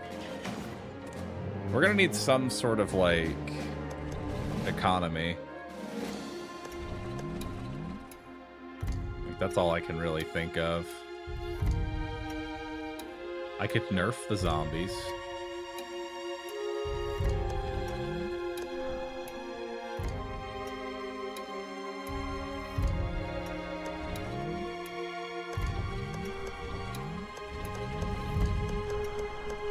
These say minus 25 tech points, but they actually give me more tech points, which is kind of weird.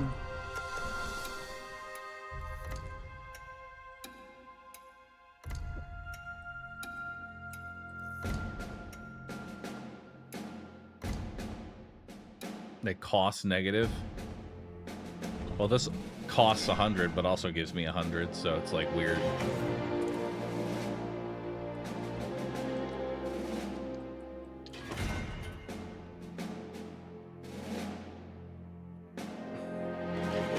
So like, I can reduce their health by 10% and then give them 25% more health. And then that gives me 60 points. I don't know how the dev actually intends, like, do they want you to just, like, do that at the start so you can get those initial tech points? I have no idea.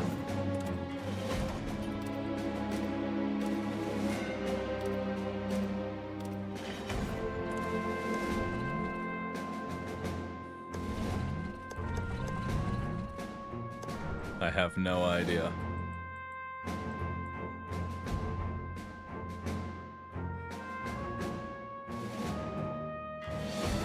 It's very weird that I get tech points, you know what I mean, for nerfing their HP.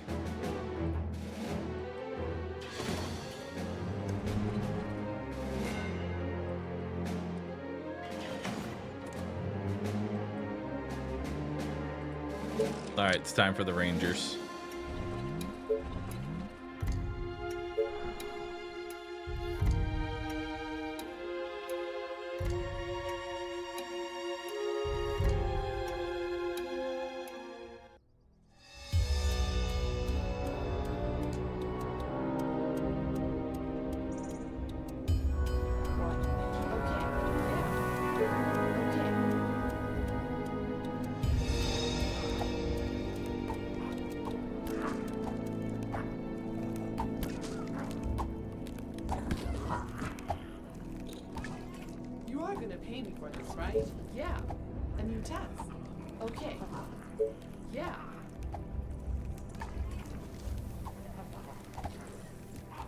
Hell yeah, dude.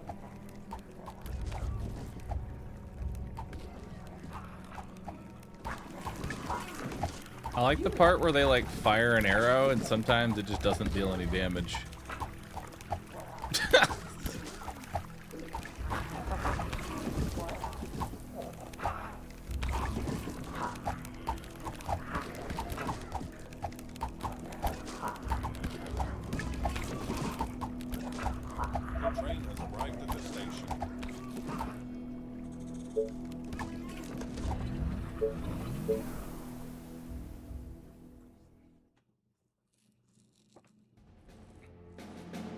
So that's short bow.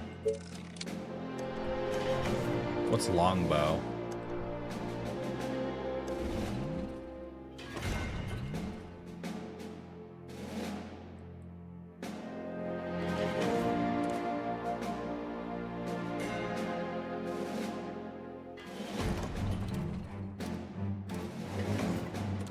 Let's see how longbow looks.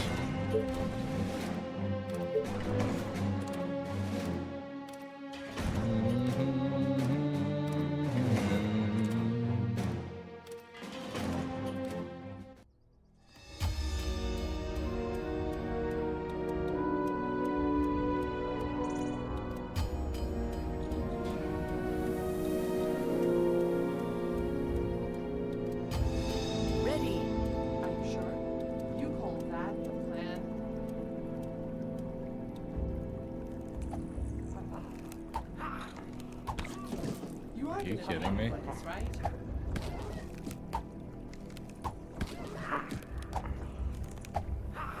What is it?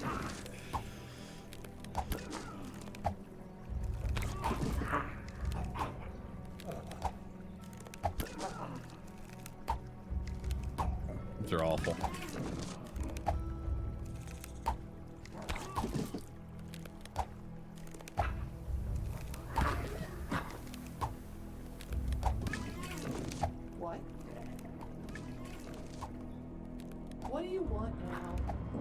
Roger that. The You are train gonna has arrived pay me at for the this, station. right?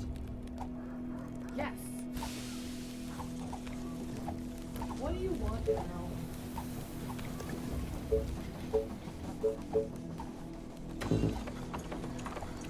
Commander, right away. Without delay. That's easy. Sounds good. Yes. Go get him. What? Yes? I hope not to find a harpy there. All right. All right, you two go this way.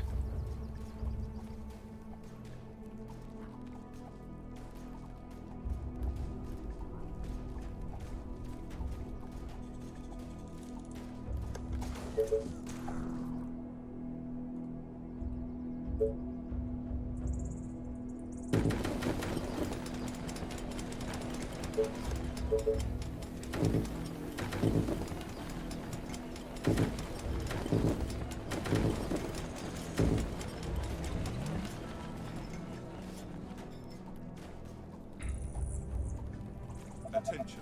Building completed. All right, go get him. I'll send this one up north, and she can just start clearing.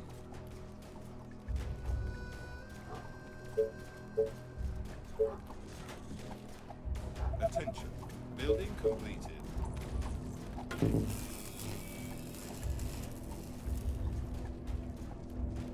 Yes.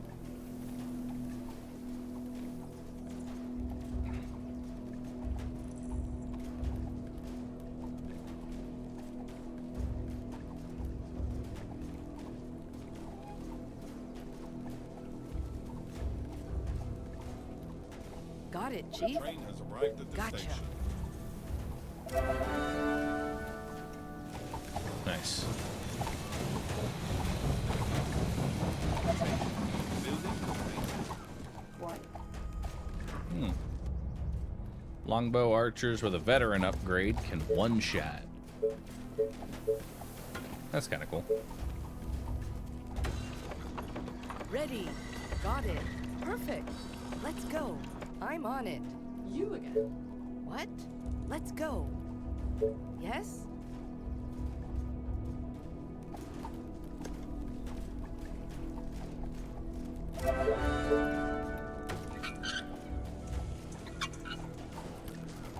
A new task. So tired. Last night was amazing. Attention. Building All right, I don't know how we're gonna deal with the first raid, but we'll figure that out Commander. later. Gotcha. Whatever you say, as long as you pay me. All right, Great. we will figure that out later. Taste my arrows. Okay. Are you sure? Right between the eyes. Ha! Taste my arrows. You hold that. Units and- under attack. What? Roger that. Is everything okay? Attention. Building completed. You again. What's It up? seems Any like infected around? reducing their health Okay. made it so like randomly the shots don't seem to connect. What I think is happening is that you still have to go through that HP somehow. The train has arrived at the station. What? Gotcha.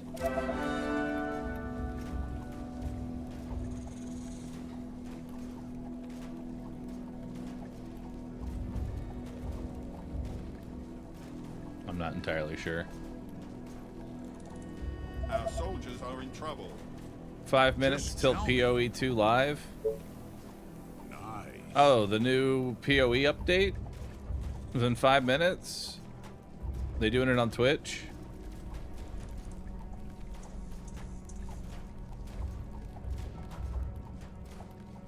Hell yeah, dude. Attention. Building completed. I like that.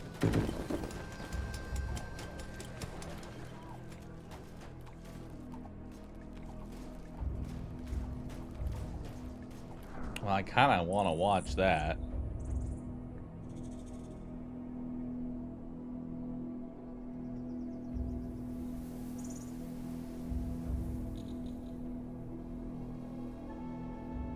I kind of want to watch that. All right, let's do it.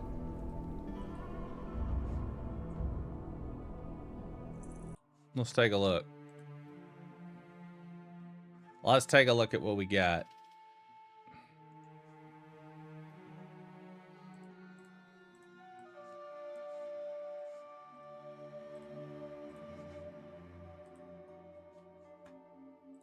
It's time. Let's take a look at this.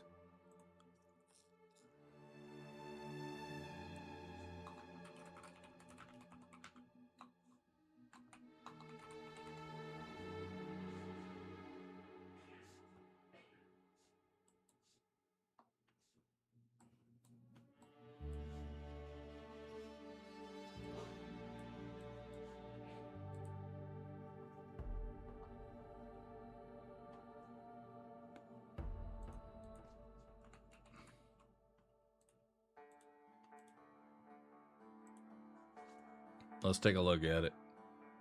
I'm ready. I'm ready to see what the next week of my life will be. So kind of them to showcase our existence for the next week.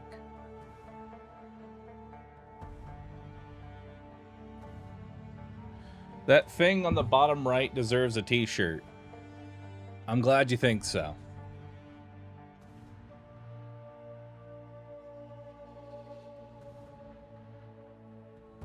I appreciate it. That's end of the month update. Hell yeah, dude. I'm excited. Day 1, I'll do a mage stream. Day 2, I go play Path of Exile.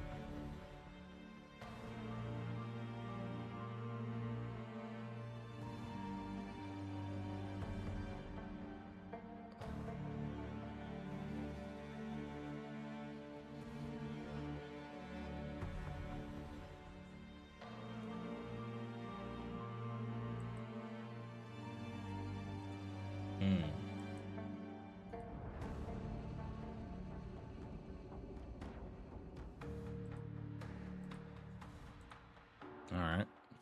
Well.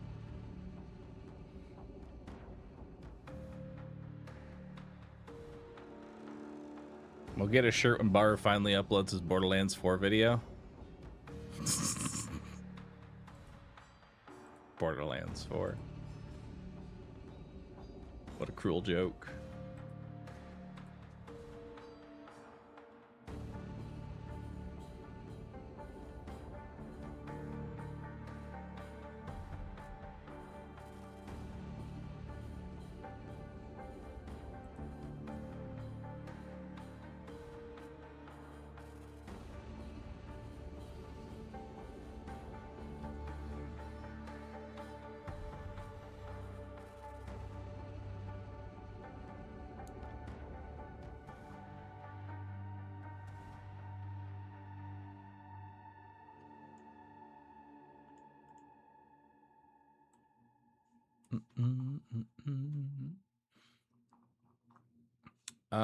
Panzer, Talusco, Fancy, Arianos. Thanks for 7.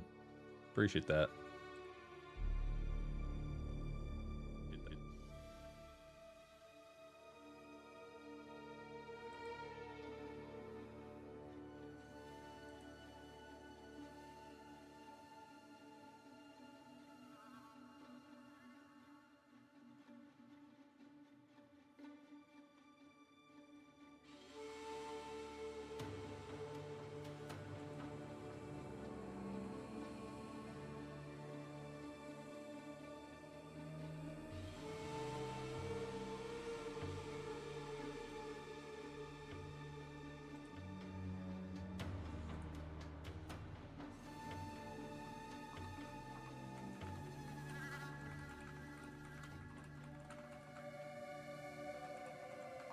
Hi, I'm Jonathan Rogers, game director on Path Damn, of straight Exile 2, into it. and welcome to GGG Live. We have a huge amount of stuff to share today, so it's going to be a good one. Twitch drops are enabled on today's livestream, so you'll be able to claim the Red Queen's font hideout decoration by following the instructions below. Nice. Okay, so with that out of the way, time to roll the trailer for Path of Exile 2, Return of the Ancients. Those in darkness who once lay dormant now return.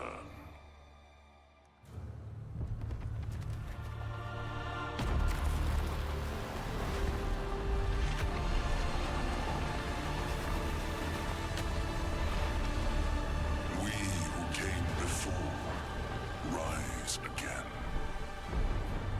Cool. Behold, the first edict. New endgame quest. Oh shit.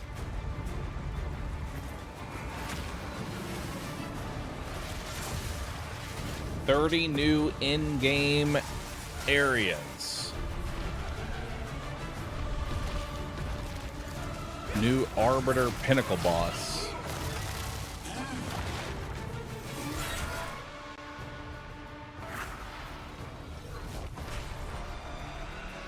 Rituals. Hopefully less shit.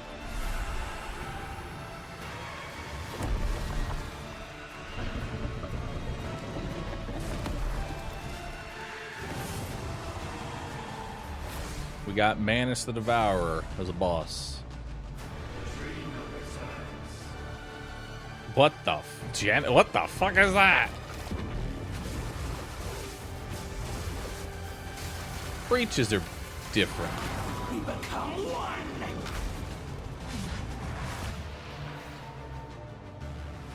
New endgame quest, Heron Raven. Delirium's been reworked. Oh, fuck.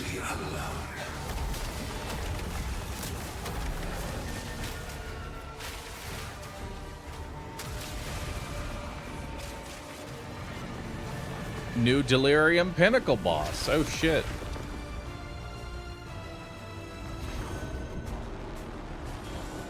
Remnant encounters. More skills.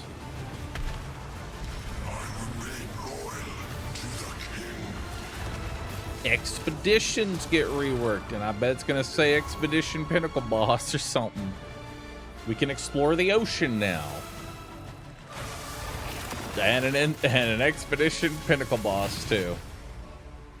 Nice. Like it's your last. Continue the search. How? See what you can find. Atlas classes. Vol Temple to the core. Atlas the Abyss. 15 new bosses and pinnacles. New Atlas passive tree. New crafting. God damn. Spirit Walker Ascendancy.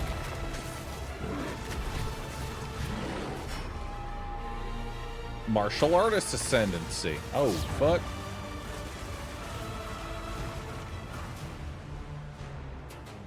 $40 new uniques, all of which will be level 2. And much more.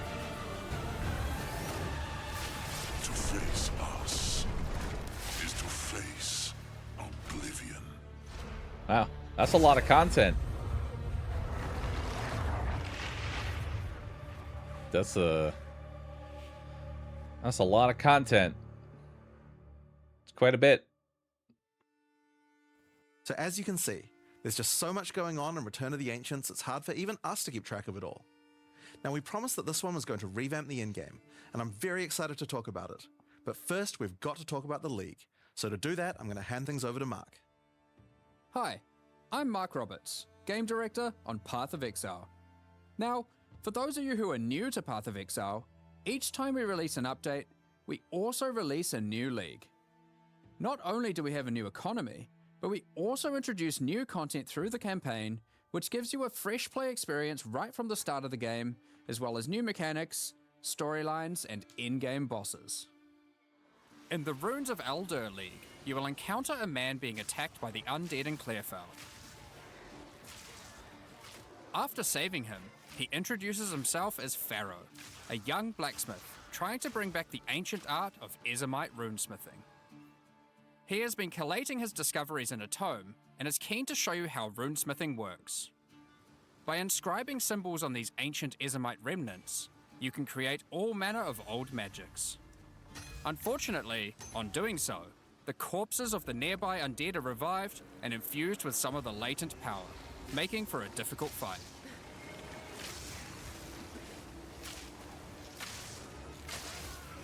After defeating these monsters, Pharaoh realizes that runesmithing is a dangerous business, and he is going to need the help of someone a little more martially inclined to discover these secrets. He lends you his tome and asks that you note down anything you discover when you return to him. In each area in the Runes of Aldur League, you will find a remnant, and as you approach it, you will notice that some symbols are already present, and some are waiting for you to fill them in. Depending on which symbols are already present, you will have different options for which items you can create using this magic. For example, if you combine Tempest and Lightning, you can create an Orb of Augmentation. Wow. One whole orb of augmentation. That's crazy. Put it with my 20 other orb of augmentations. But be careful. The symbols used to craft the items also empower the monsters around the remnant, who will be revived as undead to fight again with different properties depending on what runes you used. So, if you use a fire rune in your recipe, the monsters will be empowered with fire. Or if you use a moon rune, lunar beams will rain down as you fight the monsters.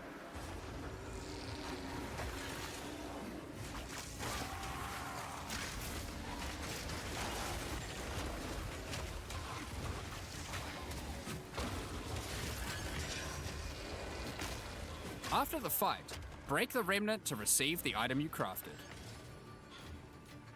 As you get higher level, you will start to find remnants with more slots for more runes, allowing you to craft rarer items.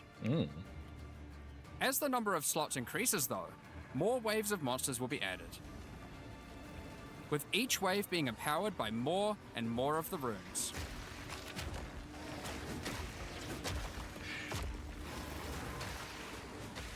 And this can get pretty dicey, because some of the runes can have powerful effects.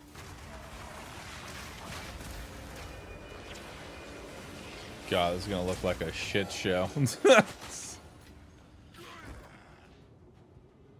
Like the Oath rune, which will cause one monster to be nominated as a leader, spawning waves of minions. The leader itself will be invincible, but killing its minions will deal damage to it. That's interesting.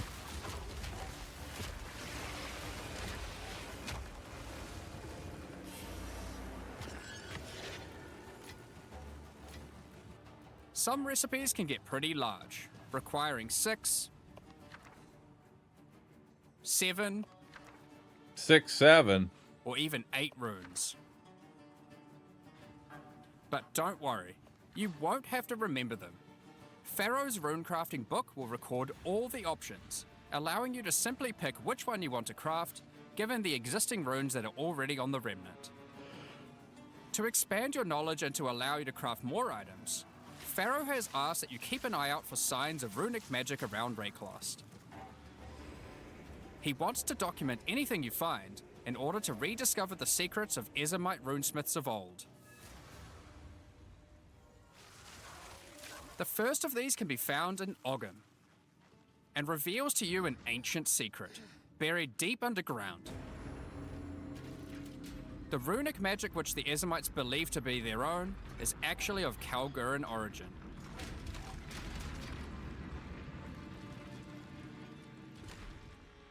Thousands of years ago, the Kalgurans came to Rayclass to find sources of Verisium, a metal on which engraved runes allow control over reality. Pharaoh is determined to learn these ancient ways and gain mastery over them.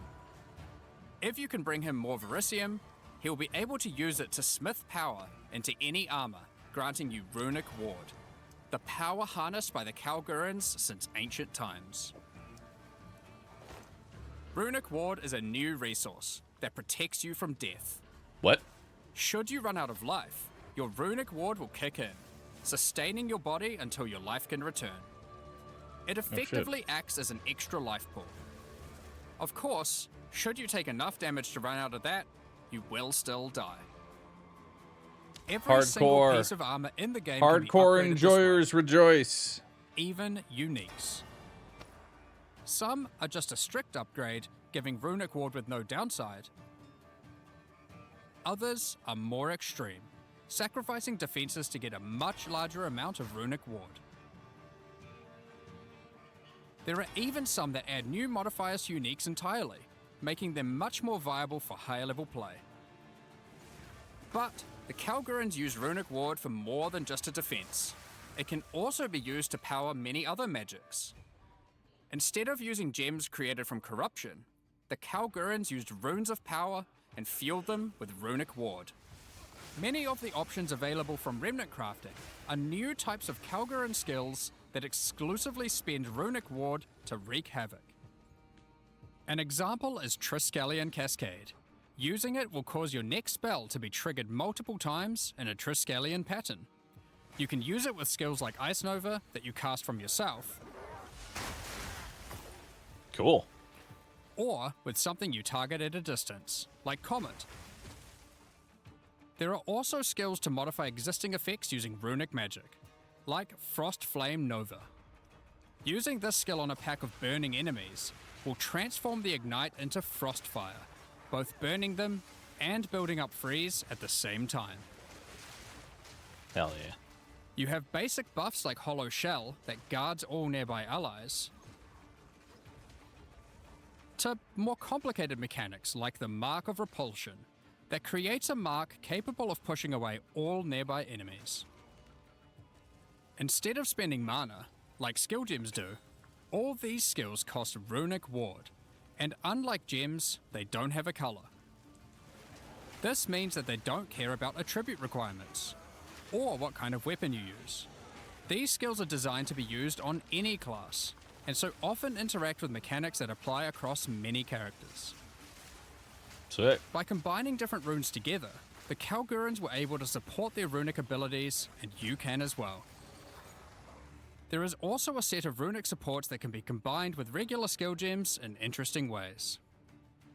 Concussive Runes allows you to add these concussive shockwaves to any skill that stuns, while Runic Infusion lets you spend ward to directly empower the damage on any skill. Now, there are other quests during the campaign too, that unlock even more interesting crafting methods. Buried deep in the jungle in Act 3, you can find the Mystic Refuge, Yeah, it's a shame, isn't it, Smokey? containing We're even more washed up. secrets for Pharaoh to We're learn not from. getting paid to watch this like everybody else. Using this knowledge, he gains the ability to reforge unique weapons. With this technique, many low-level unique weapons can be upgraded to do significantly more damage. Oh my god, you can finally make Now, uniques we've been not able terrible? to take a bunch of uniques that had interesting modifiers, but were not in-game viable, and give them a bit of a boost to get there. And it's not just low-level uniques. All Kalguran uniques are able to be runeforged this way too, and they can do some pretty interesting things. Like Searle's Grit, a new unique, which when runeforged can get one of several different outcomes. Now, there is still so much more that you can craft with remnants.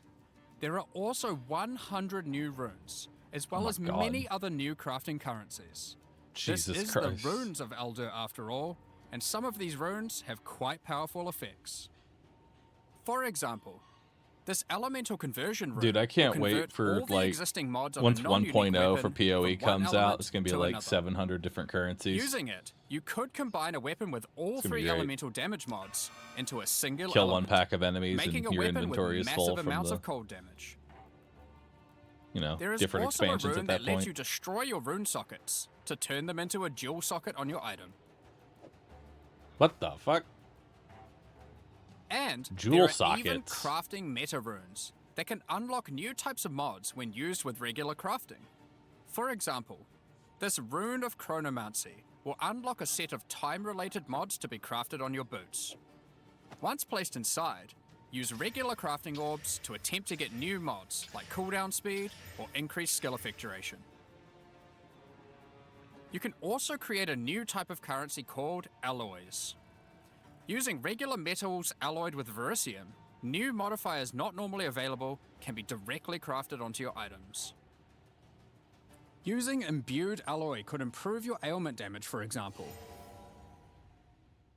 There are honestly so many options here that unlock all sorts of crazy crafting projects. So I think people will be experimenting with these for a long time. Once you get to King's March in Act 4, Pharaoh finally meets Danig, a real Kalguran runesmith. And riddled with excitement, he wants to learn how to merge modern Kalguran techniques with the ancient knowledge that he has found. From here on, Pharaoh joins in the Kalguran expeditions that Danig has been leading. With the ancient knowledge that Pharaoh brings to the table, the Kalguran expeditions that Danig has been going on will change significantly. For those of you who haven't played it, the Expedition League mechanic involves carefully placing explosives, uncovering the buried dead, and recovering verisium from them. By choosing where to place the explosives, you can choose which kind of challenges you would like to face, or rewards you would like to claim. But unlike before, expeditions now contain the remnants from Runes of Eldur, allowing you to do some specific crafts along the way using the new League crafting mechanic. One very important difference from the simple remnant encounters, though, is that the empowerments that the remnants grant apply to every monster down the explosive line for the rest of the encounter, stacking together. This can lead to some pretty extreme situations.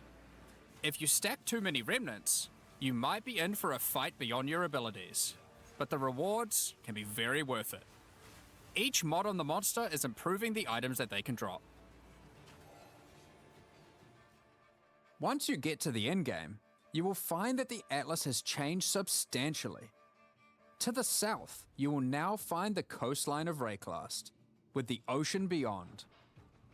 King's March has not fared well after the Cataclysm, and lays in ruins. Rog's shop has been destroyed, but he is much more concerned about his wife, Gwenin. He would like to launch an expedition deep into the ocean to find her, and this begins a new major mechanic for expedition, exploring the ocean. Previously, a logbook was a single encounter. Now, using a logbook, you can send ships to explore an area of the ocean to the southeast, uncovering a range of islands to begin your search for Gwenin. You can hop from island to island, doing many new encounters. There are islands with expeditions, grand expeditions,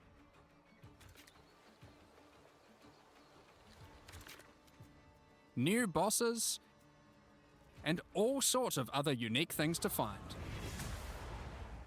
Eventually, you will find the island that Gwenin has been holed up on. It turns out that she has found the tomb of an ancient Kalguran, Medved. While she appreciates you coming to her rescue, she is still keen to blow open the doors of the vault and take whatever you can find inside. Just hop on down. It's just a shame that Medved isn't as dead as you previously assumed.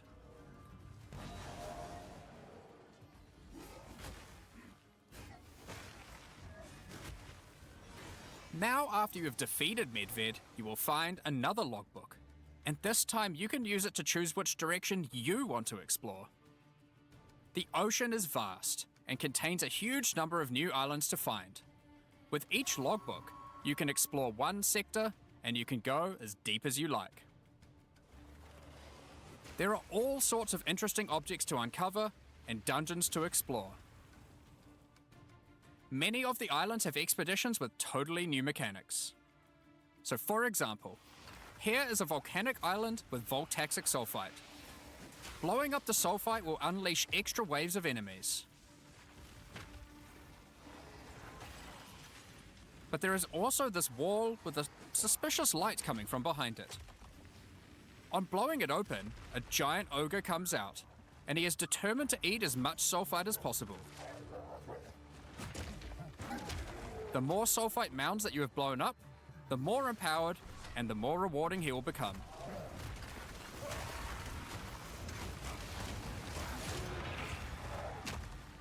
These islands contain all sorts of little secrets that you can find and blow up. Free trapped wisps, blow open root doors,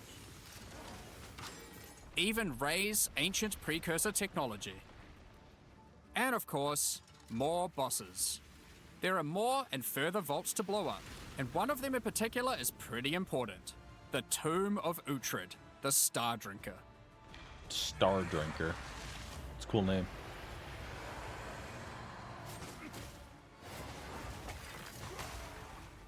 Uhtred was responsible for calling down the meteors of Verisium, which the Kalgurans used to power their ancient magic. And upon defeating him, he calls down a truly gigantic one into the ocean nearby. That's cool. On visiting it, you find that it is shrouded by a strange energy emanating from the Verisium core of the meteor within. There is something growing in there, and it can't be anything good. In order to gain entry, Danik suggests that the Triskelion Flame, an ancient Kalguran artifact that can absorb and cancel the effects of Verisium magic, could be used to enter. But to find it, you will need to locate the Tomb of Olroth, leader of the Knights of the Sun. Defeat him and gain access to whatever eldritch nightmare is growing inside. Now, we're not going to spoil the boss, but one thing you should know is that the Verisium that makes up the core of the meteor is of a quality that has not been available for millennia. Bringing this to Pharaoh and Danik should allow them to forge some objects of power, the creation of which has been lost to time. So that's the League, and there is a lot going on.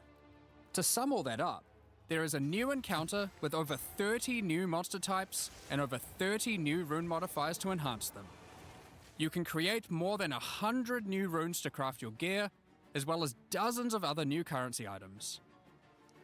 And there are new quests added to the campaign to unlock even more new crafting options. Rune forging armors, upgrading uniques, dozens of new Kalguran skills and supports, tons of new islands to discover by exploring the ocean, 5 new bosses, including a new pinnacle boss, and a bunch of new uniques to top it off. But there is still a ton more to come. It's time to talk about the massive changes to the endgame. But for that, I'll hand it back to Jonathan. Now, as Mark hinted at before, the endgame atlas is very different now, and the ocean to the south is the least of the changes. The entire area around your starting location is now teeming with new questlines and things to discover. Will you investigate the strange forest to the west? The cracks in the earth to the east?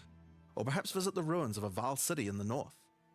The atlas now has fixed points of interest at specific locations, giving you specific objectives that are easy to find. Like before though, no matter which objective you choose, going to towers to see what's out there is always a good idea. The first time you do that though, something new happens. The earth shakes, and a gigantic fortress rises from the earth. A remnant of the ancient precursor civilization.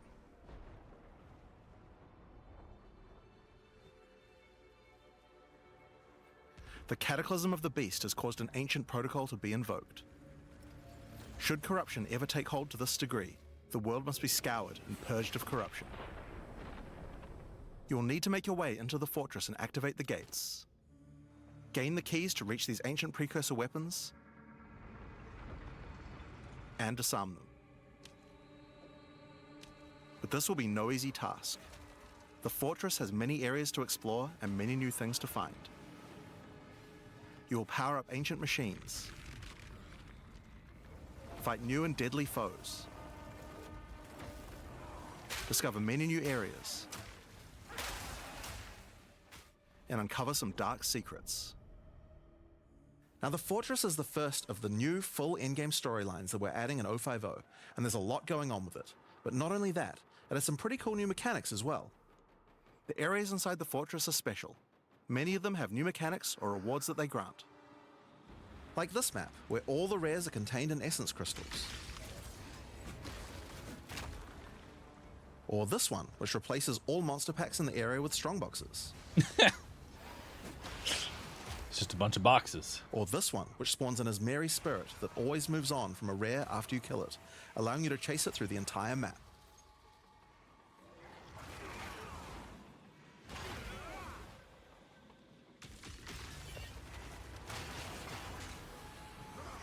Now, just like the normal areas of the Atlas, you'll need to fight the map boss of each area to complete the map. But unlike a normal map, the ones in the Fortress each contain precursor nodes after the boss, and activating these nodes will give you points for the new and improved Atlas passive tree. Now, we had an Atlas passive tree before, but it was one of the areas of the endgame that just wasn't up to scratch. The Atlas tree now works quite a lot differently. We have significantly upgraded the kind of mechanics that you can find on the Atlas tree. Like this one, that gives a chance to make rogue exiles you fight retreat from combat and move to an adjacent map. Before you fight them again, they'll upgrade their gear and come back with a grudge this time. Good. There are also a lot of nodes that combine mechanics together in new ways, like this one, which lets Admiral spirits possess strongboxes. All the regular monsters that come out of them are touched by the spirit, and the rares are all possessed, giving you some incredible loot potential.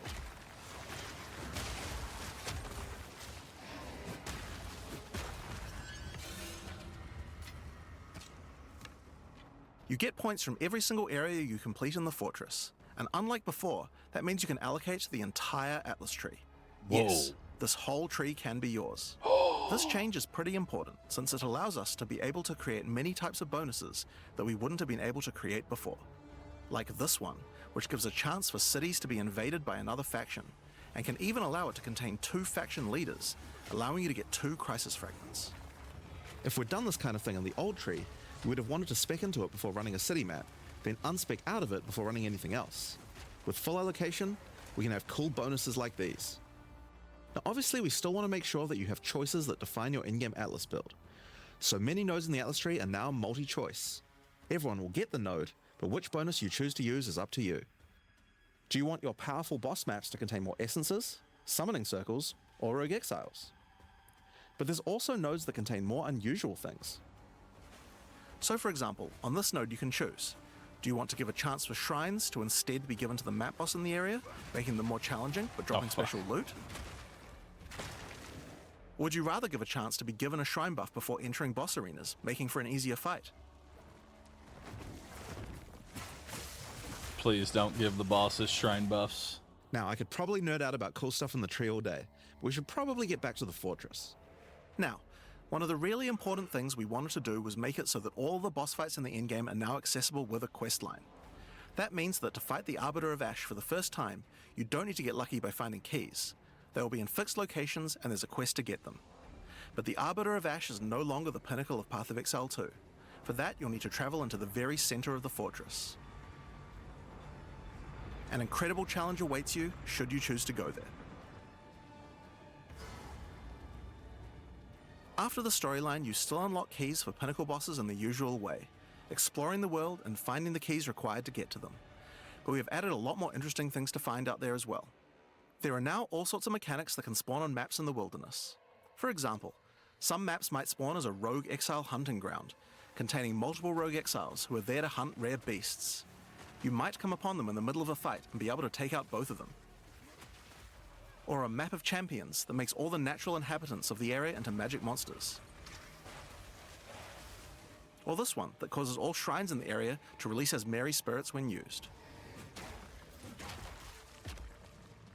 Once you have explored and found your keys, you can return to fight the Pinnacle in the Fortress again.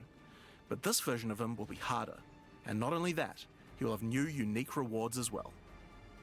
Each time you fight him, you get the ability to activate one section of the Fortress, and any maps that you didn't finish there will be automatically completed, giving you all the Atlas points. So if you're the type of player who doesn't want to explore the Fortress, and instead just race out into the Infinite Atlas, you still have a way to get all those points. So that's the Origins of Divinity storyline. It's a Nice. huge amount of new content with a ton of new areas, 5 new bosses, including a pinnacle, with a bunch of new unique items. But not only that, it also completely revamps the Atlas tree and includes a ton of new map mechanics that you can find both inside and outside the fortress. But this is just one of the new storylines. So let's talk about the next one now, Masters of the Atlas. Now earlier we talked about how the multi-choice nodes in the tree allow you to still have an in-game Atlas build, but we didn't think that was quite enough. You have an Ascendancy class for your passive tree. Why not an Ascendancy class for your Atlas tree? Well, that's where the Masters of the Atlas come in. Throughout Rayclast are many opportunities for those with the skills to find them. Atlas Masters are willing to train you in these skills if you're able to help them in return. One such master is Jado, a member of the Order of the Jinn, an organization that secures powerful artifacts to prevent them from falling into the wrong hands. Jado will send you on missions to investigate strange occurrences on the Atlas and recover the artifacts causing them. And for each one you recover, he will gain more trust in you and teach you more ways of the Order of the Jinn. At level 1, you could choose to massively increase the chance for rare and unique chests, or make it so that all map bosses drop an additional unique item, or make corrupted waystones have an additional modifier, but at the cost of making them send you to a totally unknown location.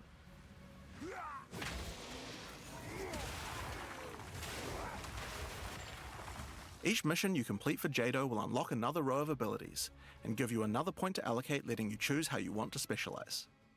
But there are other masters too. For example, Hilda. Hilda is a member of a guild of monster hunters. Hilda. She will send you on missions Hilda. to assassinate specific Hilda. deadly creatures around Rayclast and harvest their parts. In exchange, she will teach you her monster hunting skills, like this one, which adds a 25% chance to upgrade any map boss to a powerful version. Or this one, which makes his Marian spirits no longer possess rare monsters, making them go for the unique bosses in the area instead. You might notice that many of the effects on these are both upsides and downsides. So Hilda, for example, can make it so that you only get one attempt when fighting pinnacle bosses, but in exchange for that, they always drop 2 uniques. Because of that, we wanted it to be easy to swap between them depending on what you're doing. As you unlock each master, they will appear on the side of the screen. Simply click whichever one you want to use to run the map, and all the bonuses you have selected for that master will be activated. This allows you to have a few different strategies that you can quickly pick between, depending on what you're running at the moment. Now, one thing that's been pretty obvious is that the in-game leagues we created when launching Early Access in 010 were not really up to the standard of the leagues we did since then. Fate of the Vaal and Rise of the Abyssal just have a lot more going on than Delirium or Expedition, for example. We wanted to do a serious upgrade to all of these mechanics before we do our 1.0 release, and so that's what we've done. All 4 of the leagues we launched in Early Access have been upgraded with not only new quest lines, but new mechanics, new crafting systems, new uniques, and new pinnacle bosses. One of the really important changes we made to all the leagues is that you can now find them on the Atlas in specific locations, and each one has a quest line that will lead you there to being able to complete the league, along with its Atlas tree and its pinnacle boss. This is true even for the leagues that we didn't do major redesigns to, so let's use Abyss as an example. When you first encounter one in the endgame, you'll get a quest that leads you to the east, where you will find these mega abyss cracks in the earth leading away from the Well of Souls. All the maps along the cracks will contain abysses with special properties, and mapping along these cracks will close the Atlas scale abysses, giving you points for the Abyss Atlas tree. At the end of each Atlas abyss, you'll find an Abyssal Depths with the boss fight for one of the Abyssal factions, giving you a guaranteed way to fight them. And after completing all 3, you'll get a key for the Well of Souls, allowing you to fight the Vessel of Kulamak. This kind of thing makes an in-game league so much more friendly for new players, giving people obvious goals and a guided experience to complete them. Alright, so let's talk about the first of the upgraded leagues, Delirium, and its new storyline, The Hare and the Raven. As you may remember, during Act 4 you were tricked into releasing an ancient entity from a Karui prison known as Tangmazu, the Raven Trickster. Tangmazu delights in breaking the minds of those who step through his mirrors, and when touching one, he will attempt to destroy your mind with twisted abominations generated from your worst fears. In Return of the Ancients, the first time you approach one of his Delirium encounters in the endgame, you will find Elder Maddox locked in a trance. His mind is trapped in one of Tangmazu's delusions, and you will need to free him.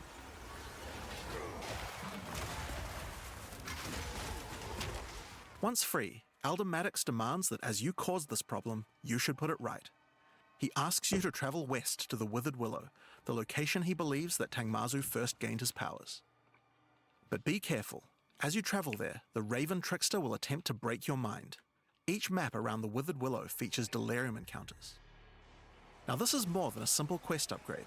The mechanic of delirium has been overhauled and expanded. At the bottom of the screen, there is now a bar that indicates how deep into delirium you are. You can see which direction leads deeper by looking at the fog, and the deeper you go, the more challenges you will face. By looking at the bar, you can see how long you have until the delirium ends. And you can also see special encounters that you will face if you're able to go deep enough into the fog. At the end of the bar is always the boss of the map, but we now have a variety of other encounters that you might find as you explore the horrors of your own mind. For example, you might encounter a purple mirror shard that when shattered will cause all the enemies to become more nightmarish. After hitting this, you'll notice the delirium demons are enhanced, significantly more powerful, larger, and scarier in general, along with more rewards. Or should you encounter a red mirror shard, you'll be sent into the depths of your mind.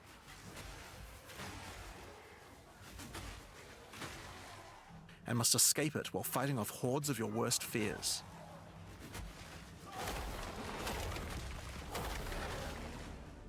If you are able to do so, you will gain a powerful amulet with 2 instilled notables on it.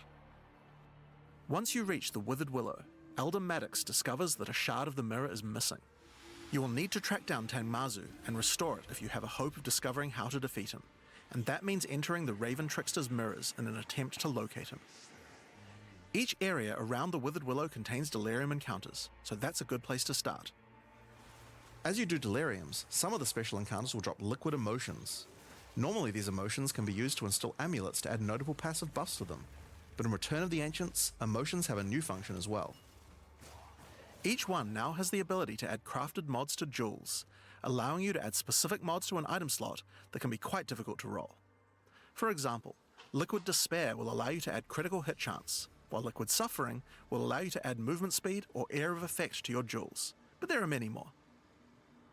Once you've done enough delirium encounters, the location of a Grand Mirror, an entrance into Tangmazu's realm, is revealed, but it won't be that simple to enter. Using his powers, he reflects the map boss for a ridiculous empowered fight, then destroys the entrance into his realm of madness.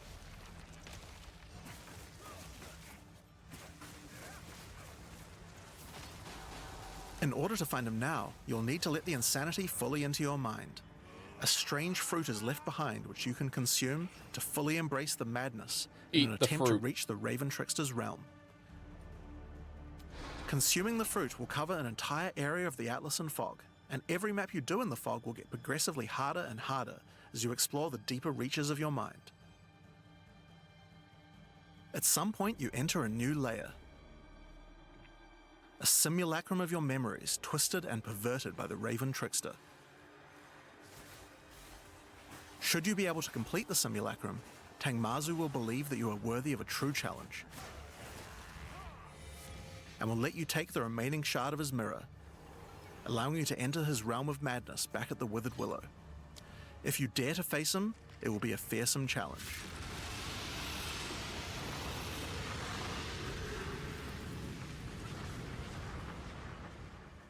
So, that's the new storyline of Delirium. As you can see, it's not only a quest line, there are new mechanics, new crafting options, and new boss fights. But one question you might have is, what happens after? Well, once you've completed the story, Grand Mirrors will start appearing on the Atlas sometimes after completing Delirium encounters. After doing the Grand Mirror, you can select where on the Atlas you want to do your fruit-induced drug trip and get another key to fight Tangmazu. But this time, the fight will be quite a bit harder, and not only that, the fight will be able to drop a bunch of new uniques that were not available in the questline version. We'll show some of those later. After doing a Grand Mirror, the decision of where to spread the fog can be important, because there are some potent emotions that only come from certain map bosses affected by Delirium this way. Like all emotions, they can craft special mods onto jewels, but these potent emotions can create mods that you can't get any other way. So for example, Potent Liquid Melancholy is an emotion that can only come from human bosses, and allows you to add a variety of on-hit effects. Also, you might want to try instilling amulets with these emotions. They could have some interesting effects, with some powerful notables that do not normally exist on the tree. like Storm's Rebuke, which makes armor break boost your cold and lightning damage. But also notables from a clearly deranged mind, like Calm's Blessing. This skill allows you to ancestrally boost fire spells after using a Warcry. How about using an Ancestral Flame Blast? Now, just like before, you can also upgrade the League by getting points for a dedicated Delirium Atlas tree. But this now works in a much better way and has much cooler effects. The maps in the Delirium area of the Atlas give you Delirium passive points for completing them, so it's easy to see how to progress. Some nodes will add new types of mirror shard encounters to your Deliriums. Like this one, which will pause the Delirium for some amount of time, allowing you to more easily get to higher depths. Or this one, which adds extra Delirium modifiers to monsters when you pick it up. There are also nodes that can add new types of drops, like this one, which modifies Simulacrum encounters to add special liquid emotions, which can craft time-lost jewels. And nodes that apply to the Atlas mechanics of the League, like this one, which causes the Grand Mirror to spread Delirium fog over a larger area of the Atlas, potentially containing multiple Simulacrums. Alright, so that's the changes to Delirium. The core mechanic now includes a bunch of new things to find. You know, Path new of monsters to Exile kill, might be and the has new only mechanics on game the that, Atlas. like, It also halfway has new through the crafting system showcase, for you're like, jewels, and over 20 new unlockable notables for amulets. Not only that, I don't know, we man. have a new pinnacle boss with That's a bunch too of much new unique content items for me. and a massively upgraded Atlas tree just for Delirium. But there's still a lot more to come, so Oh. let's talk about Breach next. oh my god! When you first do a Breach in the endgame, you will find Aelith, one of the Keepers of the Flame, an ancient order of monks dedicated to preventing the Hiveborn from entering the world. As you seem to be a But keen wait, slayer of demons, there's Aelith would like to more. recruit you to the order and asks that you travel to their monastery to the south. On the way there, you'll start to encounter more breaches, and will notice one of the first changes to the breach mechanic. You still have to kill monsters as fast as you can to keep the breach open, but now you can visibly see how much time you have left to keep it open, and how each kill extends its duration. Once you've reached the monastery, you will learn more about the Keepers. In the 25 years since the events of Keepers of the Flame in Path of Exile 1, the war with the Hiveborn has not gone well, and they have managed to establish a foothold in the world nearby. This Path of gigantic area Exile has fallen to the showcase has Scourge, given more and the Keepers are content in unable to this get one inside. update than Borderlands Inside the 4 monastery is has the on Genesis launch tree, and a in powerful asset existence. to the war effort, stolen from the enemy and gifted to the Keepers by the Dreamer himself. Using the tree, Aelith could create a breach stone and penetrate the Hiveborn foothold, but without Hiveblood, the tree has withered. To get Hiveblood, you will need to take 0.5 by the advantage of way. another new mechanic of breach. If 0.5 you by can the keep way. the We're only otherworldly halfway portal open done. for long enough, the breach will stabilize and will enter a new phase. The Hiveborn will send their toughest miscreations to defeat you, and the breach will not close until you can annihilate them, dropping Hiveblood that you can use to restore the Genesis tree. Holy fuck. In some cases, you may even attract one of the deadliest foes the Hiveborn can offer, a Marshal of Zesht. These monsters also drop womb gifts, and if you take these to the Genesis tree, they can be used to craft items to help you in the war against the Hiveborn.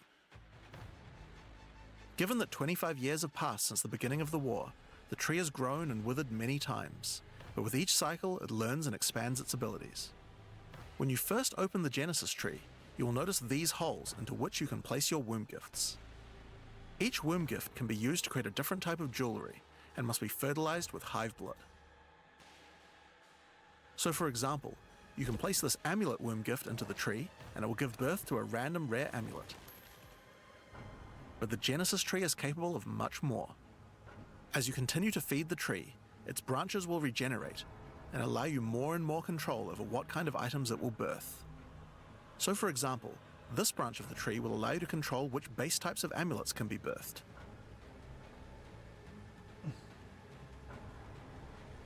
And as you go deeper, it will even allow you to create new base types that you can't get anywhere else.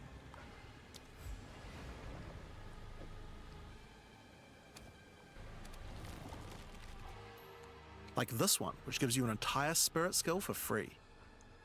Nice. Or this one, which has a rune socket in it. To the left and right are branches that will let you control which mods the amulet can get, including making sure The that tree they're high has a level, skill tree. I or can't. controlling which specific mods that they will always have. With 15 points to allocate, You will have to choose wisely how you want to specialize your crafts, but it's worth noting that this tree doesn't have any cost to respecking it. You can enable or disable the nodes at any time by clicking on them. On rings, we've also added some really interesting new crafting options as well. You have a bunch of new base types like these, but you also have entire new classes of mods that can be added. The right-hand branch of the ring tree adds an entire new set of caster mods to rings. From basics like extra elemental damage for spells, or more niche options like this mod that increases the rate you gain seals for Unleash.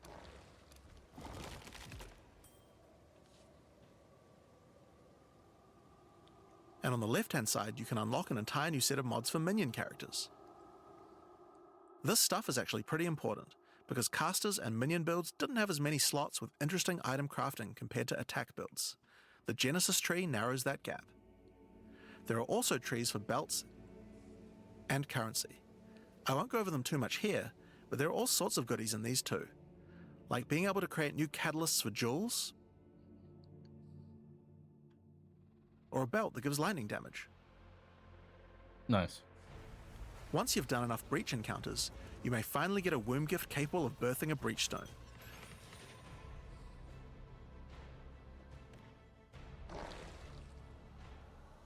And you can then use it on the Hiveborn incursion.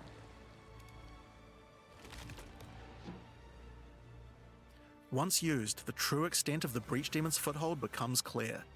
They have not only transformed the land, but constructed huge sky hives as well. When you enter the outskirts of their realm, you will discover breach hives. Using the power of the Keepers of the Flame, these otherworldly structures can be burned away when walking through them. But for each one destroyed, more of the Hiveborn will attack when you attempt to purge the hive.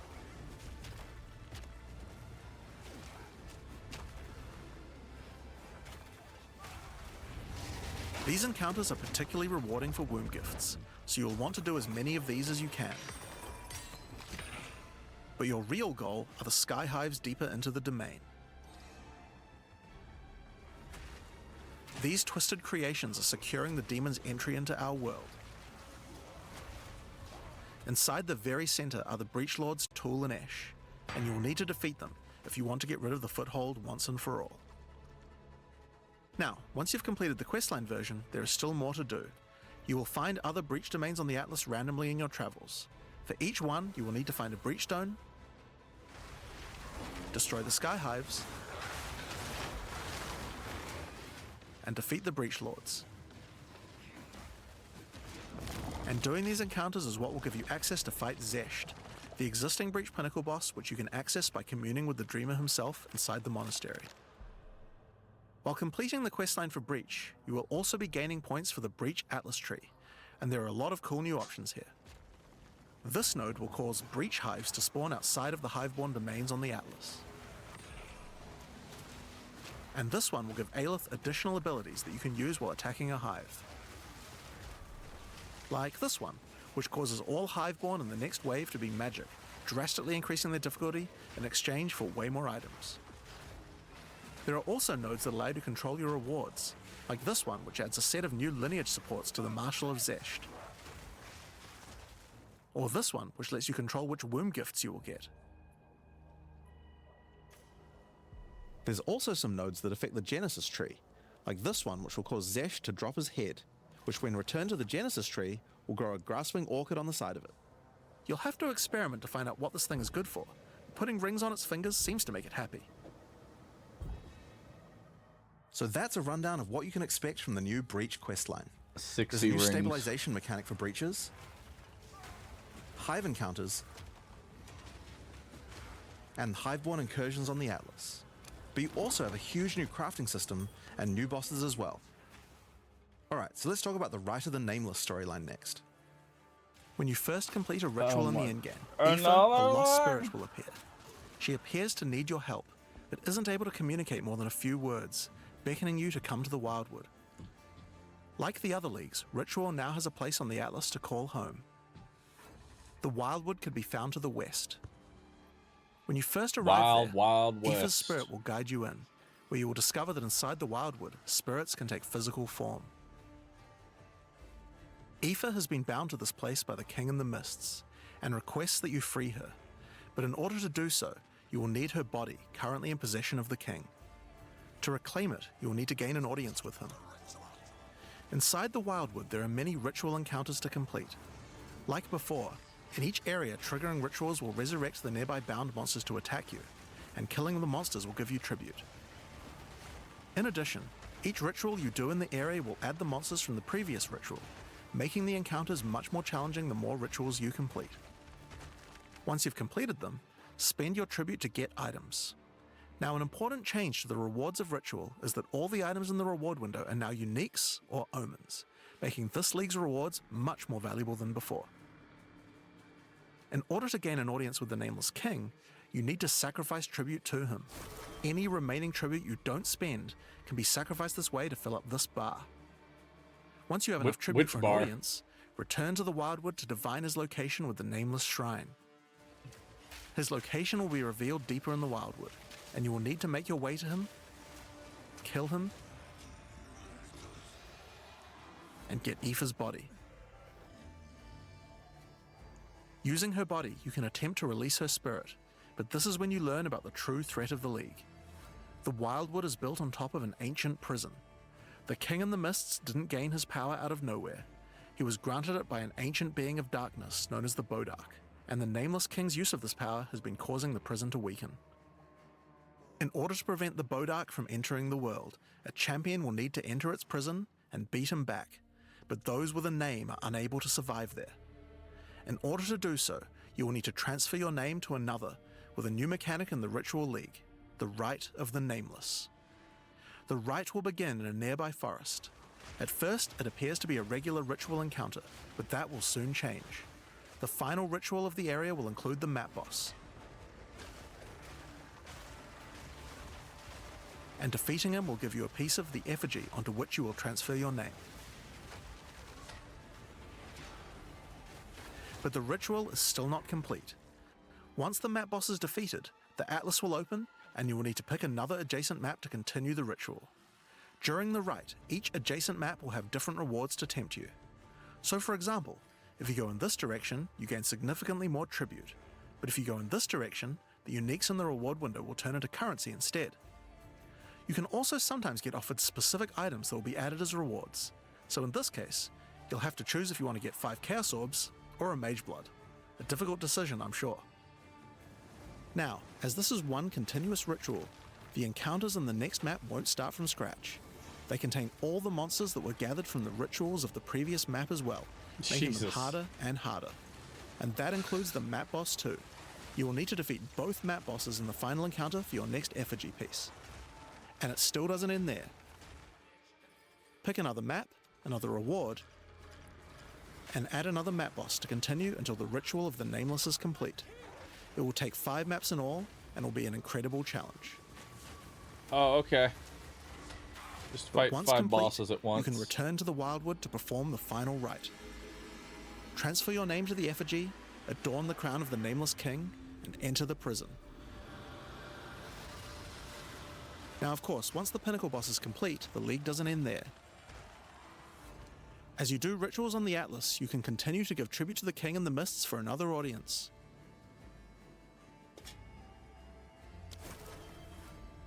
Pick another forest to begin the Rite of the Nameless once more, and this time with a harder Pinnacle boss and new unique items to find. Of course, we've also significantly upgraded the Ritual Atlas tree. Get points by completing maps in the Wildwood, and you'll be able to unlock some pretty cool nodes. Some of them affect the Rite of the Nameless, like this one, which extends its duration. You thought fighting 5 map bosses at once was hard? How about 6? Or this one, which makes maps during the rite have more reward mods, often having 2. You also have nodes that allow things to combine with other content, like this one, which gives a chance for rituals to be created inside summoning circles, adding a random boss to the ritual encounter. There is even a node which adds a new type of possible ritual, the Audience with the Queen, which causes the Bride of the King to sometimes appear. Okay, so that's ritual. But let's have a look at what this means for endgame content as a whole for Path of Exile 2. When you include the expedition changes made by the League, we have a total of 5 new in-game storylines, each of which has a hub, crafting systems, areas to explore, NPCs, and a Pinnacle boss as a capstone. Not to mention the Masters of the Atlas storyline as well. But more importantly, You now have immediate quests as soon as you arrive at the endgame, and goals with obvious progressions that you can see how to finish. Each endgame questline has a progress bar that you can pop out from the side of the outer screen at any time that shows you how far through you are, and buttons that will take you to the hubs for them. Overall, it's just a way better endgame experience with a significant number of fun objectives to complete. But just in case you didn't have enough goals, we did have one other thing that you might want to complete this league. Oh my god. These are called challenge leagues after all. Where are all the challenges? Well, players of Path of Exile 1 will be used to the fact that each league comes with a series of challenges that you can complete in order to prove that you are indeed the best. We haven't done these yet in Path of Exile 2, but it's time to change that. If you're able to complete them, you'll earn pieces of the Knight of Alder armor set. Opening the challenge screen will show you a series of 8 challenges. After completing each one, anyone in chat or in the forums will be able to see your prowess. In addition, you'll get a statue to put in your hideout showing anyone you trade with how many challenges you've completed. You'll earn the first piece of the armor set after doing 2 challenges, and the full armor set after completing all 8. So that covers all the content you'll encounter in Return of the Ancients. But what about some new tools to fight against these new pinnacles with? Well, we also have some new Ascendancy classes as well, but to introduce them, I'll hand you guys back to Mark. As Jonathan said, we have 2 new classes to show you today, the Spirit Walker and the Martial Artist. Oh my god. Let's start with the Huntress's new class, the Spirit Walker. The Spirit Walker has developed an affinity with the Asmerian animal spirits. She is able to infuse the power of multiple spirits at her choosing. On the bottom part of the class you will find paths for each wisp you would like to commune with, be they primal, vivid, or wild. Each one can give you different abilities that align with the stag, owl, or bear. Each ability gives you a method to become possessed by wisps of that type, and a new ability when you spend them. The stag allows you to summon stampedes when you attack. The owl grants boons in the form of their feathers, which adds extra projectiles. I could definitely and go for a enhances the bear right projectile now. speed of your next skill. And the bear simply summons a giant bear companion to your side. The bear will maul, slam, leap, and do intimidating roars to debuff your enemies. Now you can specialize more into each of these wisps, but if you want to combine all 3 of them, then a new hidden power will be unlocked, the power of the Sacred Wisps. This node is free, and enhances the quality of all 3 of your spirit animals. Your bear will take some of the damage you take, and grant you life regeneration. Your stags will become more aggressive, leaping towards enemies, and your owl-empowered skills will leave a trail of soaring ground behind them. But that's not all. The Spirit Walker has other powers beyond wisps, such as Idolatry, which can give you large bonuses for using idol socketables in your equipment. And this one, which is my absolute favorite. The Spirit Walker, having attuned herself with nature, can gain the ability to tame beast bosses, opening up a whole suite of very cool options for your build. Hell yeah, Pokemon. Maybe you tame the mighty Silverfist in the jungle depths. Or maybe a 3-headed chimeral beast in the chimeral wetlands. Or then there's a giant frozen owl beast, Rakar, the Frozen Talon. There's so many choices. You're going to have to experiment a bunch with this one, and I'm very excited to see what bosses you all choose to have as your trusted boss companion. Next up, we have the monk's new ascendancy class, the Martial Artist. After decades of training, he has mastered 3 of the 7 hollow techniques. Channeling hollow form technique allows the martial artist to create illusions of himself, which then use a skill of your choosing. Perfect for turning skills with less area of effect into ones that can obliterate packs with ease. Should you find yourself overly vulnerable while channeling, you might want to take Way of the Mountain, which causes you to be covered in stone when you immobilize enemies, mitigating large amounts of damage. This can even enhance your attacks too.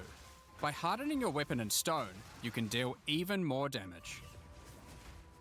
After taking Hollow Focus technique, you can manifest your spiritual energy into objects. In this case, bells, which will appear around the martial artist and can be shattered by any of his attacks. even ones from the hollow form technique earlier. Hollow resonance technique furthers that by adding a manifested bell to your back, which rings each time you deal a critical strike, damaging all enemies around you. Through all the martial artist's thorough training, he has mastered the flow of internal spiritual energy too, and has engraved runic tattoos around his meridians. By doing this, he can gain the benefit of extra runes. Just open your inventory and add the runes.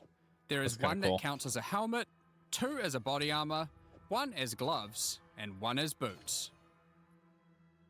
Finally, your hands, the ultimate expression of a master of the martial arts. Taking Way of the Stone Fist will cause your gloves to become a new base type when equipped.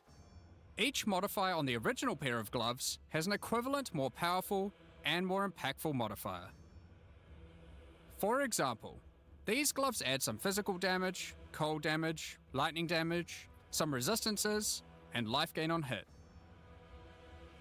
Now, when I equip these, they become literal fists of stone, and not only grant me a bunch more evasion and energy shield, they now also grant a lot more damage, some maximum resistances, and a significantly higher amount of life gained on hitting enemies. Wow.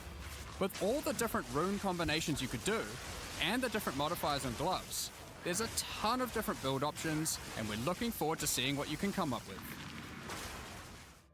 Now, with so many new bosses in Return of the Ancients, of course we want to have a huge number of unique rewards.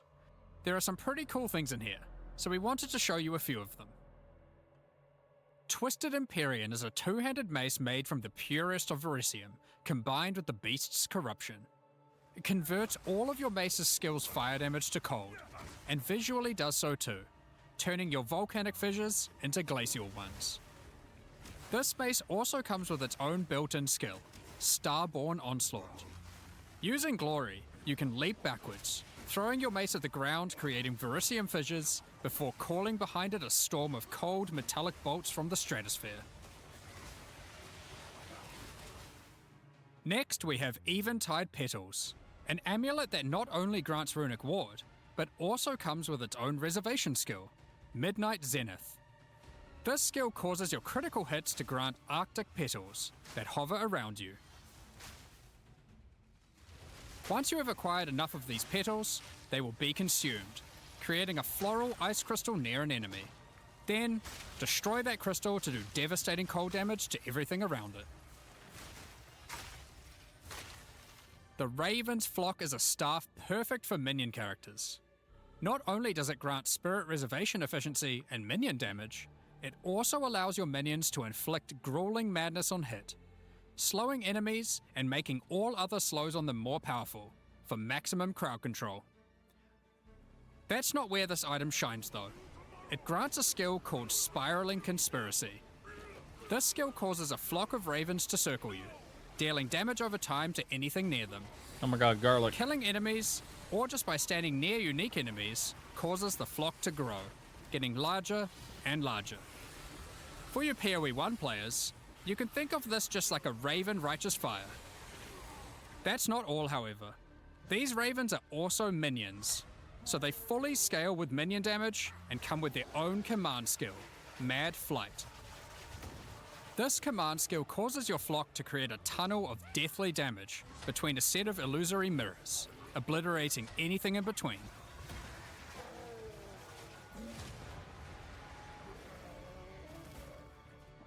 Horror's Flight is a pair of gloves instilled with the purest of fear. Equipping these causes your enemies to become terrified of you. These gloves cause you to gain stacks of fear incarnate when you cull enemies. To aid in your culling, these gloves also come with the skill Crushing Fear. This is similar to the monk skill Killing Palm, except it deals chaos damage, and the amount of damage and area of effect scales drastically based on the power of the enemy. As you use this, gain your stacks of Fear Incarnate, which increases your culling threshold, meaning enemies become easier and easier to cull, even to the point of being able to instantly kill some monsters from full life. Sylvan's effigy is a scepter for those wanting to run companions. It allows you to have any number of companions of different types, instead of the normal restriction of just one per type. But what makes this cool is the Asmarian wolf companion it comes with. This is a persistent minion that bites foes to maim them, leaps to cause bleeding, and even howls to buff nearby allies. Additionally, it comes with the command skill Eternal Hunt, which when used it will howl, calling on the spirits to manifest spectral wolves to ambush all foes around you. Liminal Coil is a crazy wand. It allows you to apply as many curses as you please, but those curses will have no effect. What's the point then? 2 reasons.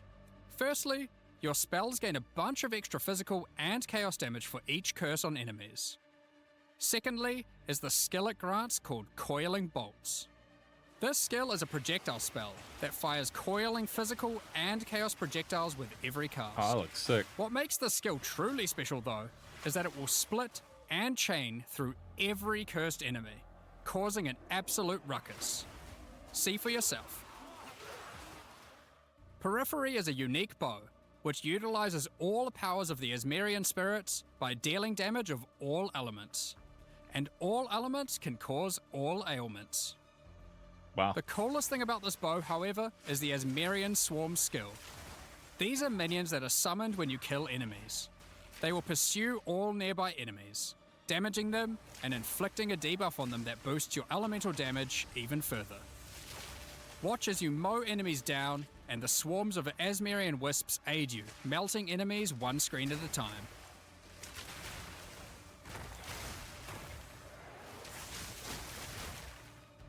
The Ordained is a new spear, mastering in physical and lightning damage, with high critical strike chance too. This spear allows you to leech life not only from physical damage, but lightning too. It also creates a fragment of divinity nearby periodically. What are those? Well, this spear has the skill Righteous Descent, which is an epic, divine leap, aided by angelic wings. If you use the skill when a fragment of divinity is nearby, it will become empowered, dealing significantly more damage, gaining massive area of effect, and bypassing its cooldown. When fighting a boss, let a bunch of the fragments spawn, and then just unleash your divine havoc, obliterating them. Looks sick. Last, but not least, we have a new unique jewel, Voices. Voices is Unique simple. jewels. It consumes 1 jewel slot to add more.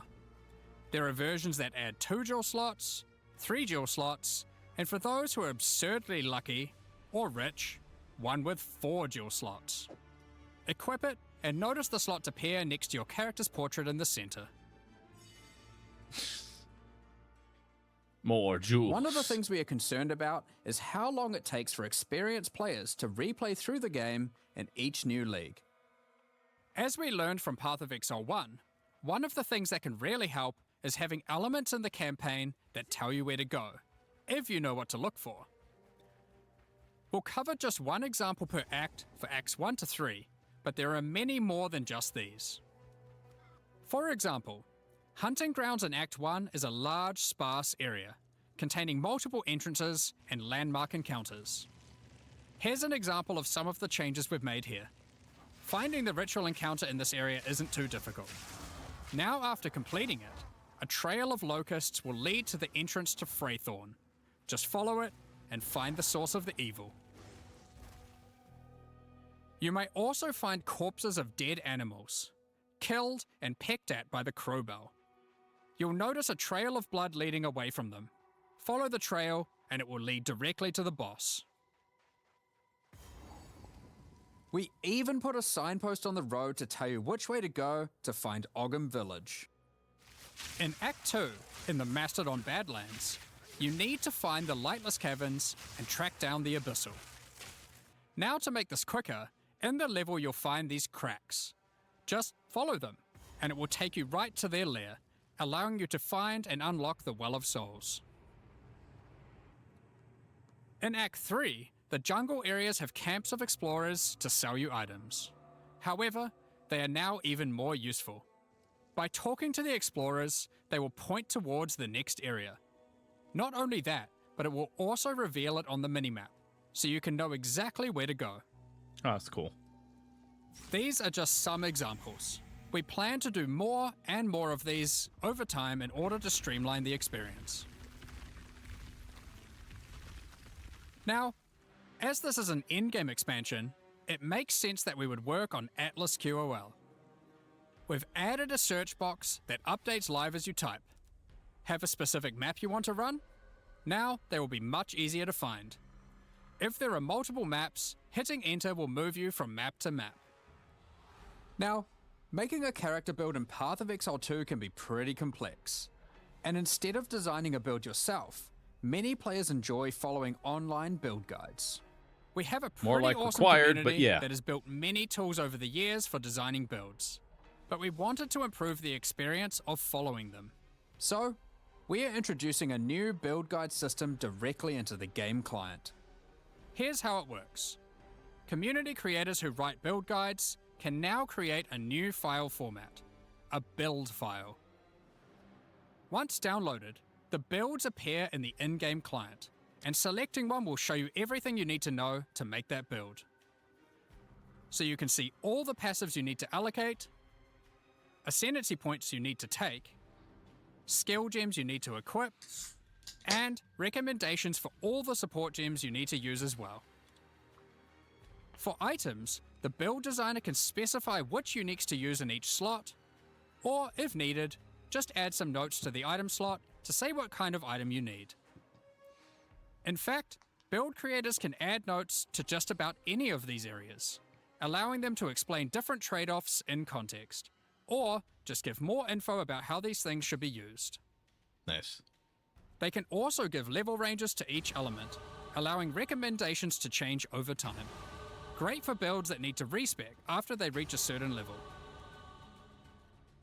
Now, all of this is written in a standardized build format that creators can use, and we imagine that a lot of community build tools will be updated to add support for this format. Now that we have trade market searching built into the in-game client, we have added the ability to price check items you can find more easily. Control-Alt-clicking an item will now search for it on the trade market, showing you the current prices. For rare items, it's handy to exclude some mods, so we added the ability to enable and disable each mod so you can see what effect each one has on the price. Next up, we're going to be talking about the new supporter packs for Return of the Ancients. Nice. Today, we're launching 2 new series of supporter packs, the Blood Reaver and Divinity packs. Each tier contains the pack's full face value in points, alongside several exclusive microtransactions. As always, the microtransactions in these packs are purely cosmetic and do not affect your character's power or progression in any way. The Blood Reaver series of supporter packs contains 6 exclusive microtransactions. Let blood fuel your bloodshed. The Exsanguinator weapon effect draws the blood of enemies you've slain and funnels it into your weapons. Turn the appearance of your endurance, frenzy, and power charges into orbiting globules of blood with the Blood Reaver charges. While your charges are active, these blood orbs will grow in size when you absorb more blood from nearby enemies. There are options to have pure blood charges, or charges that still display which kind of charge they are at their core. A taste for blood doesn't negate a taste for style. The Elite Blood Reaver armor features crimson leathers and golden accents to set yourself apart from uncivilized leeches. It also features a back attachment, fashioned out of the wing of a colossal bat. Alongside every Blood Reaver is their trusted gargoyle pet. In true gargoyle fashion, they take the form of a stone statue when you are idle, leaping into action when you're on the move again. What good is immortality if you don't have a vast mansion to come home to at the end of the day? The Eternal Blood Reaver supporter pack contains the Blood Reaver Manor Hideout. This exquisite 2-story estate features an organ, a grand dining table, and cages for your visitors. You can alter the walls to create as many or few rooms as you like. Last but not least, the Servant of the Manor, eternally bound to the Order of the Blood Reavers. This henchman will manage your store, so you can spend more time spilling blood. Stop that. We won't disappoint you. But if we do, you've our permission to beat us most violently. Oh my god. The Divinity Pack Please series beat me. also contains 6 exclusive microtransactions. Call on Divinity to aid you in eluding enemy hits with the Divinity Dodge Roll effect. As you sprint, actual Divine Lightning wings will form out of your back, leaving a trail of radiance as you engage or escape from combat. For situations that are too dicey, call on the gods above to send down the Storm of Divinity portal to create a safe passage for you to retreat through. Adorn yourself with the Knight of Divinity armor set, a highly revered attire only bestowed to those deemed worthy for the divine cause. Equipping the Divine Surge character effect empowers you with a storm of divine energy. Using skills causes the storm to burst from your character, spilling raw divinity into the area around you. The Arbiter of Divinity wings are the final piece remaining to emphasize the force divinity has over this realm. This ancient precursor machine was found locked away in a highly guarded vault. Its original purpose is unclear, but it has been altered to fuel your maps using the pure, everlasting divinity within the statue. The pillars surrounding represent how many portals you have left for your map. This map device also tracks your progress as you complete the new Origins of Divinity storyline, added this expansion.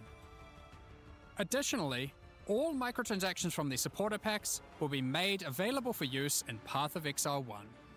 On release weekend, we will also be releasing the Return of the Ancients mystery box, which will contain 2 armor sets, a set of map devices for your in-game adventures, a new tracking scroll that records the amount of currency you've gained from the currency exchange or your shop, and much more, like a set of finisher effects and affinity stashes. That's not all, however. The Fragment Stash tab is finally coming to Path of Exile 2, and with it comes some tabception. Inside this one tab, there's a tab for your various boss key fragments.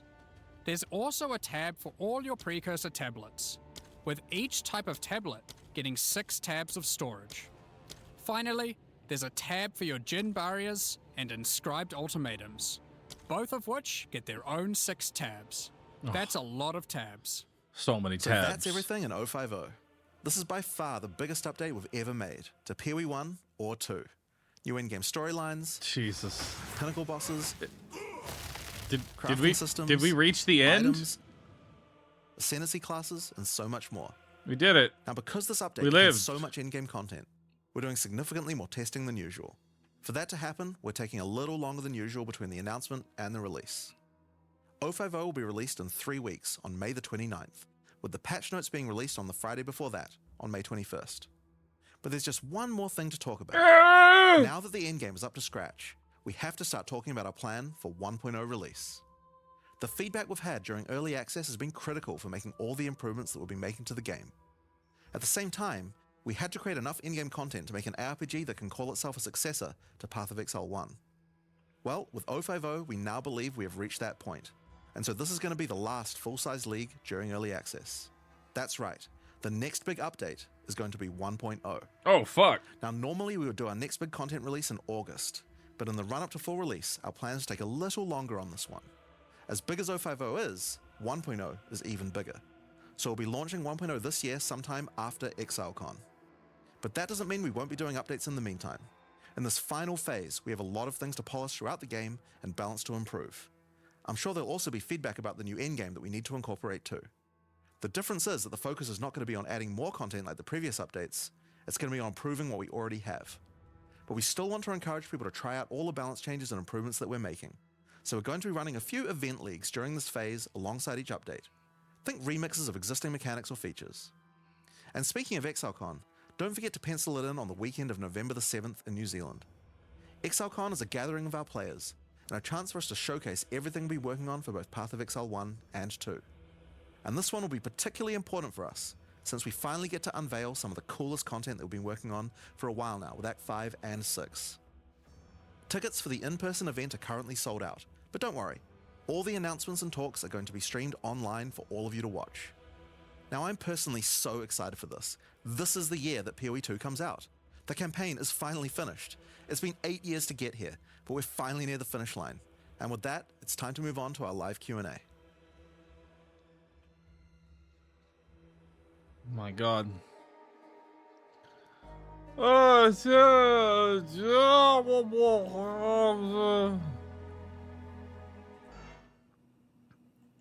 Holy fuck. Dude, we did it. We survived. I survived the Path of Exile update. I did it.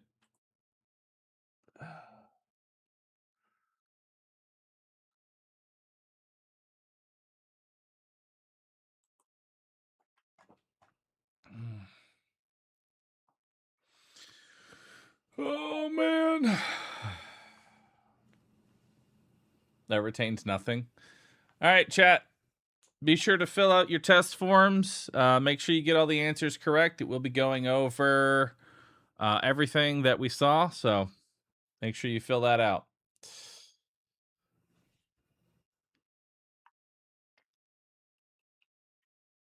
All right. With that, my brain is fucking fried. I'm gonna call it a day, and I'll see y'all tomorrow, everybody. Probably play some more tab or some backpack battles tomorrow.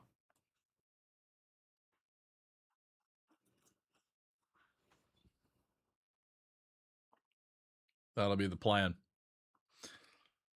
Thanks everyone for hanging on out. Y'all been cool. I'll see you all later.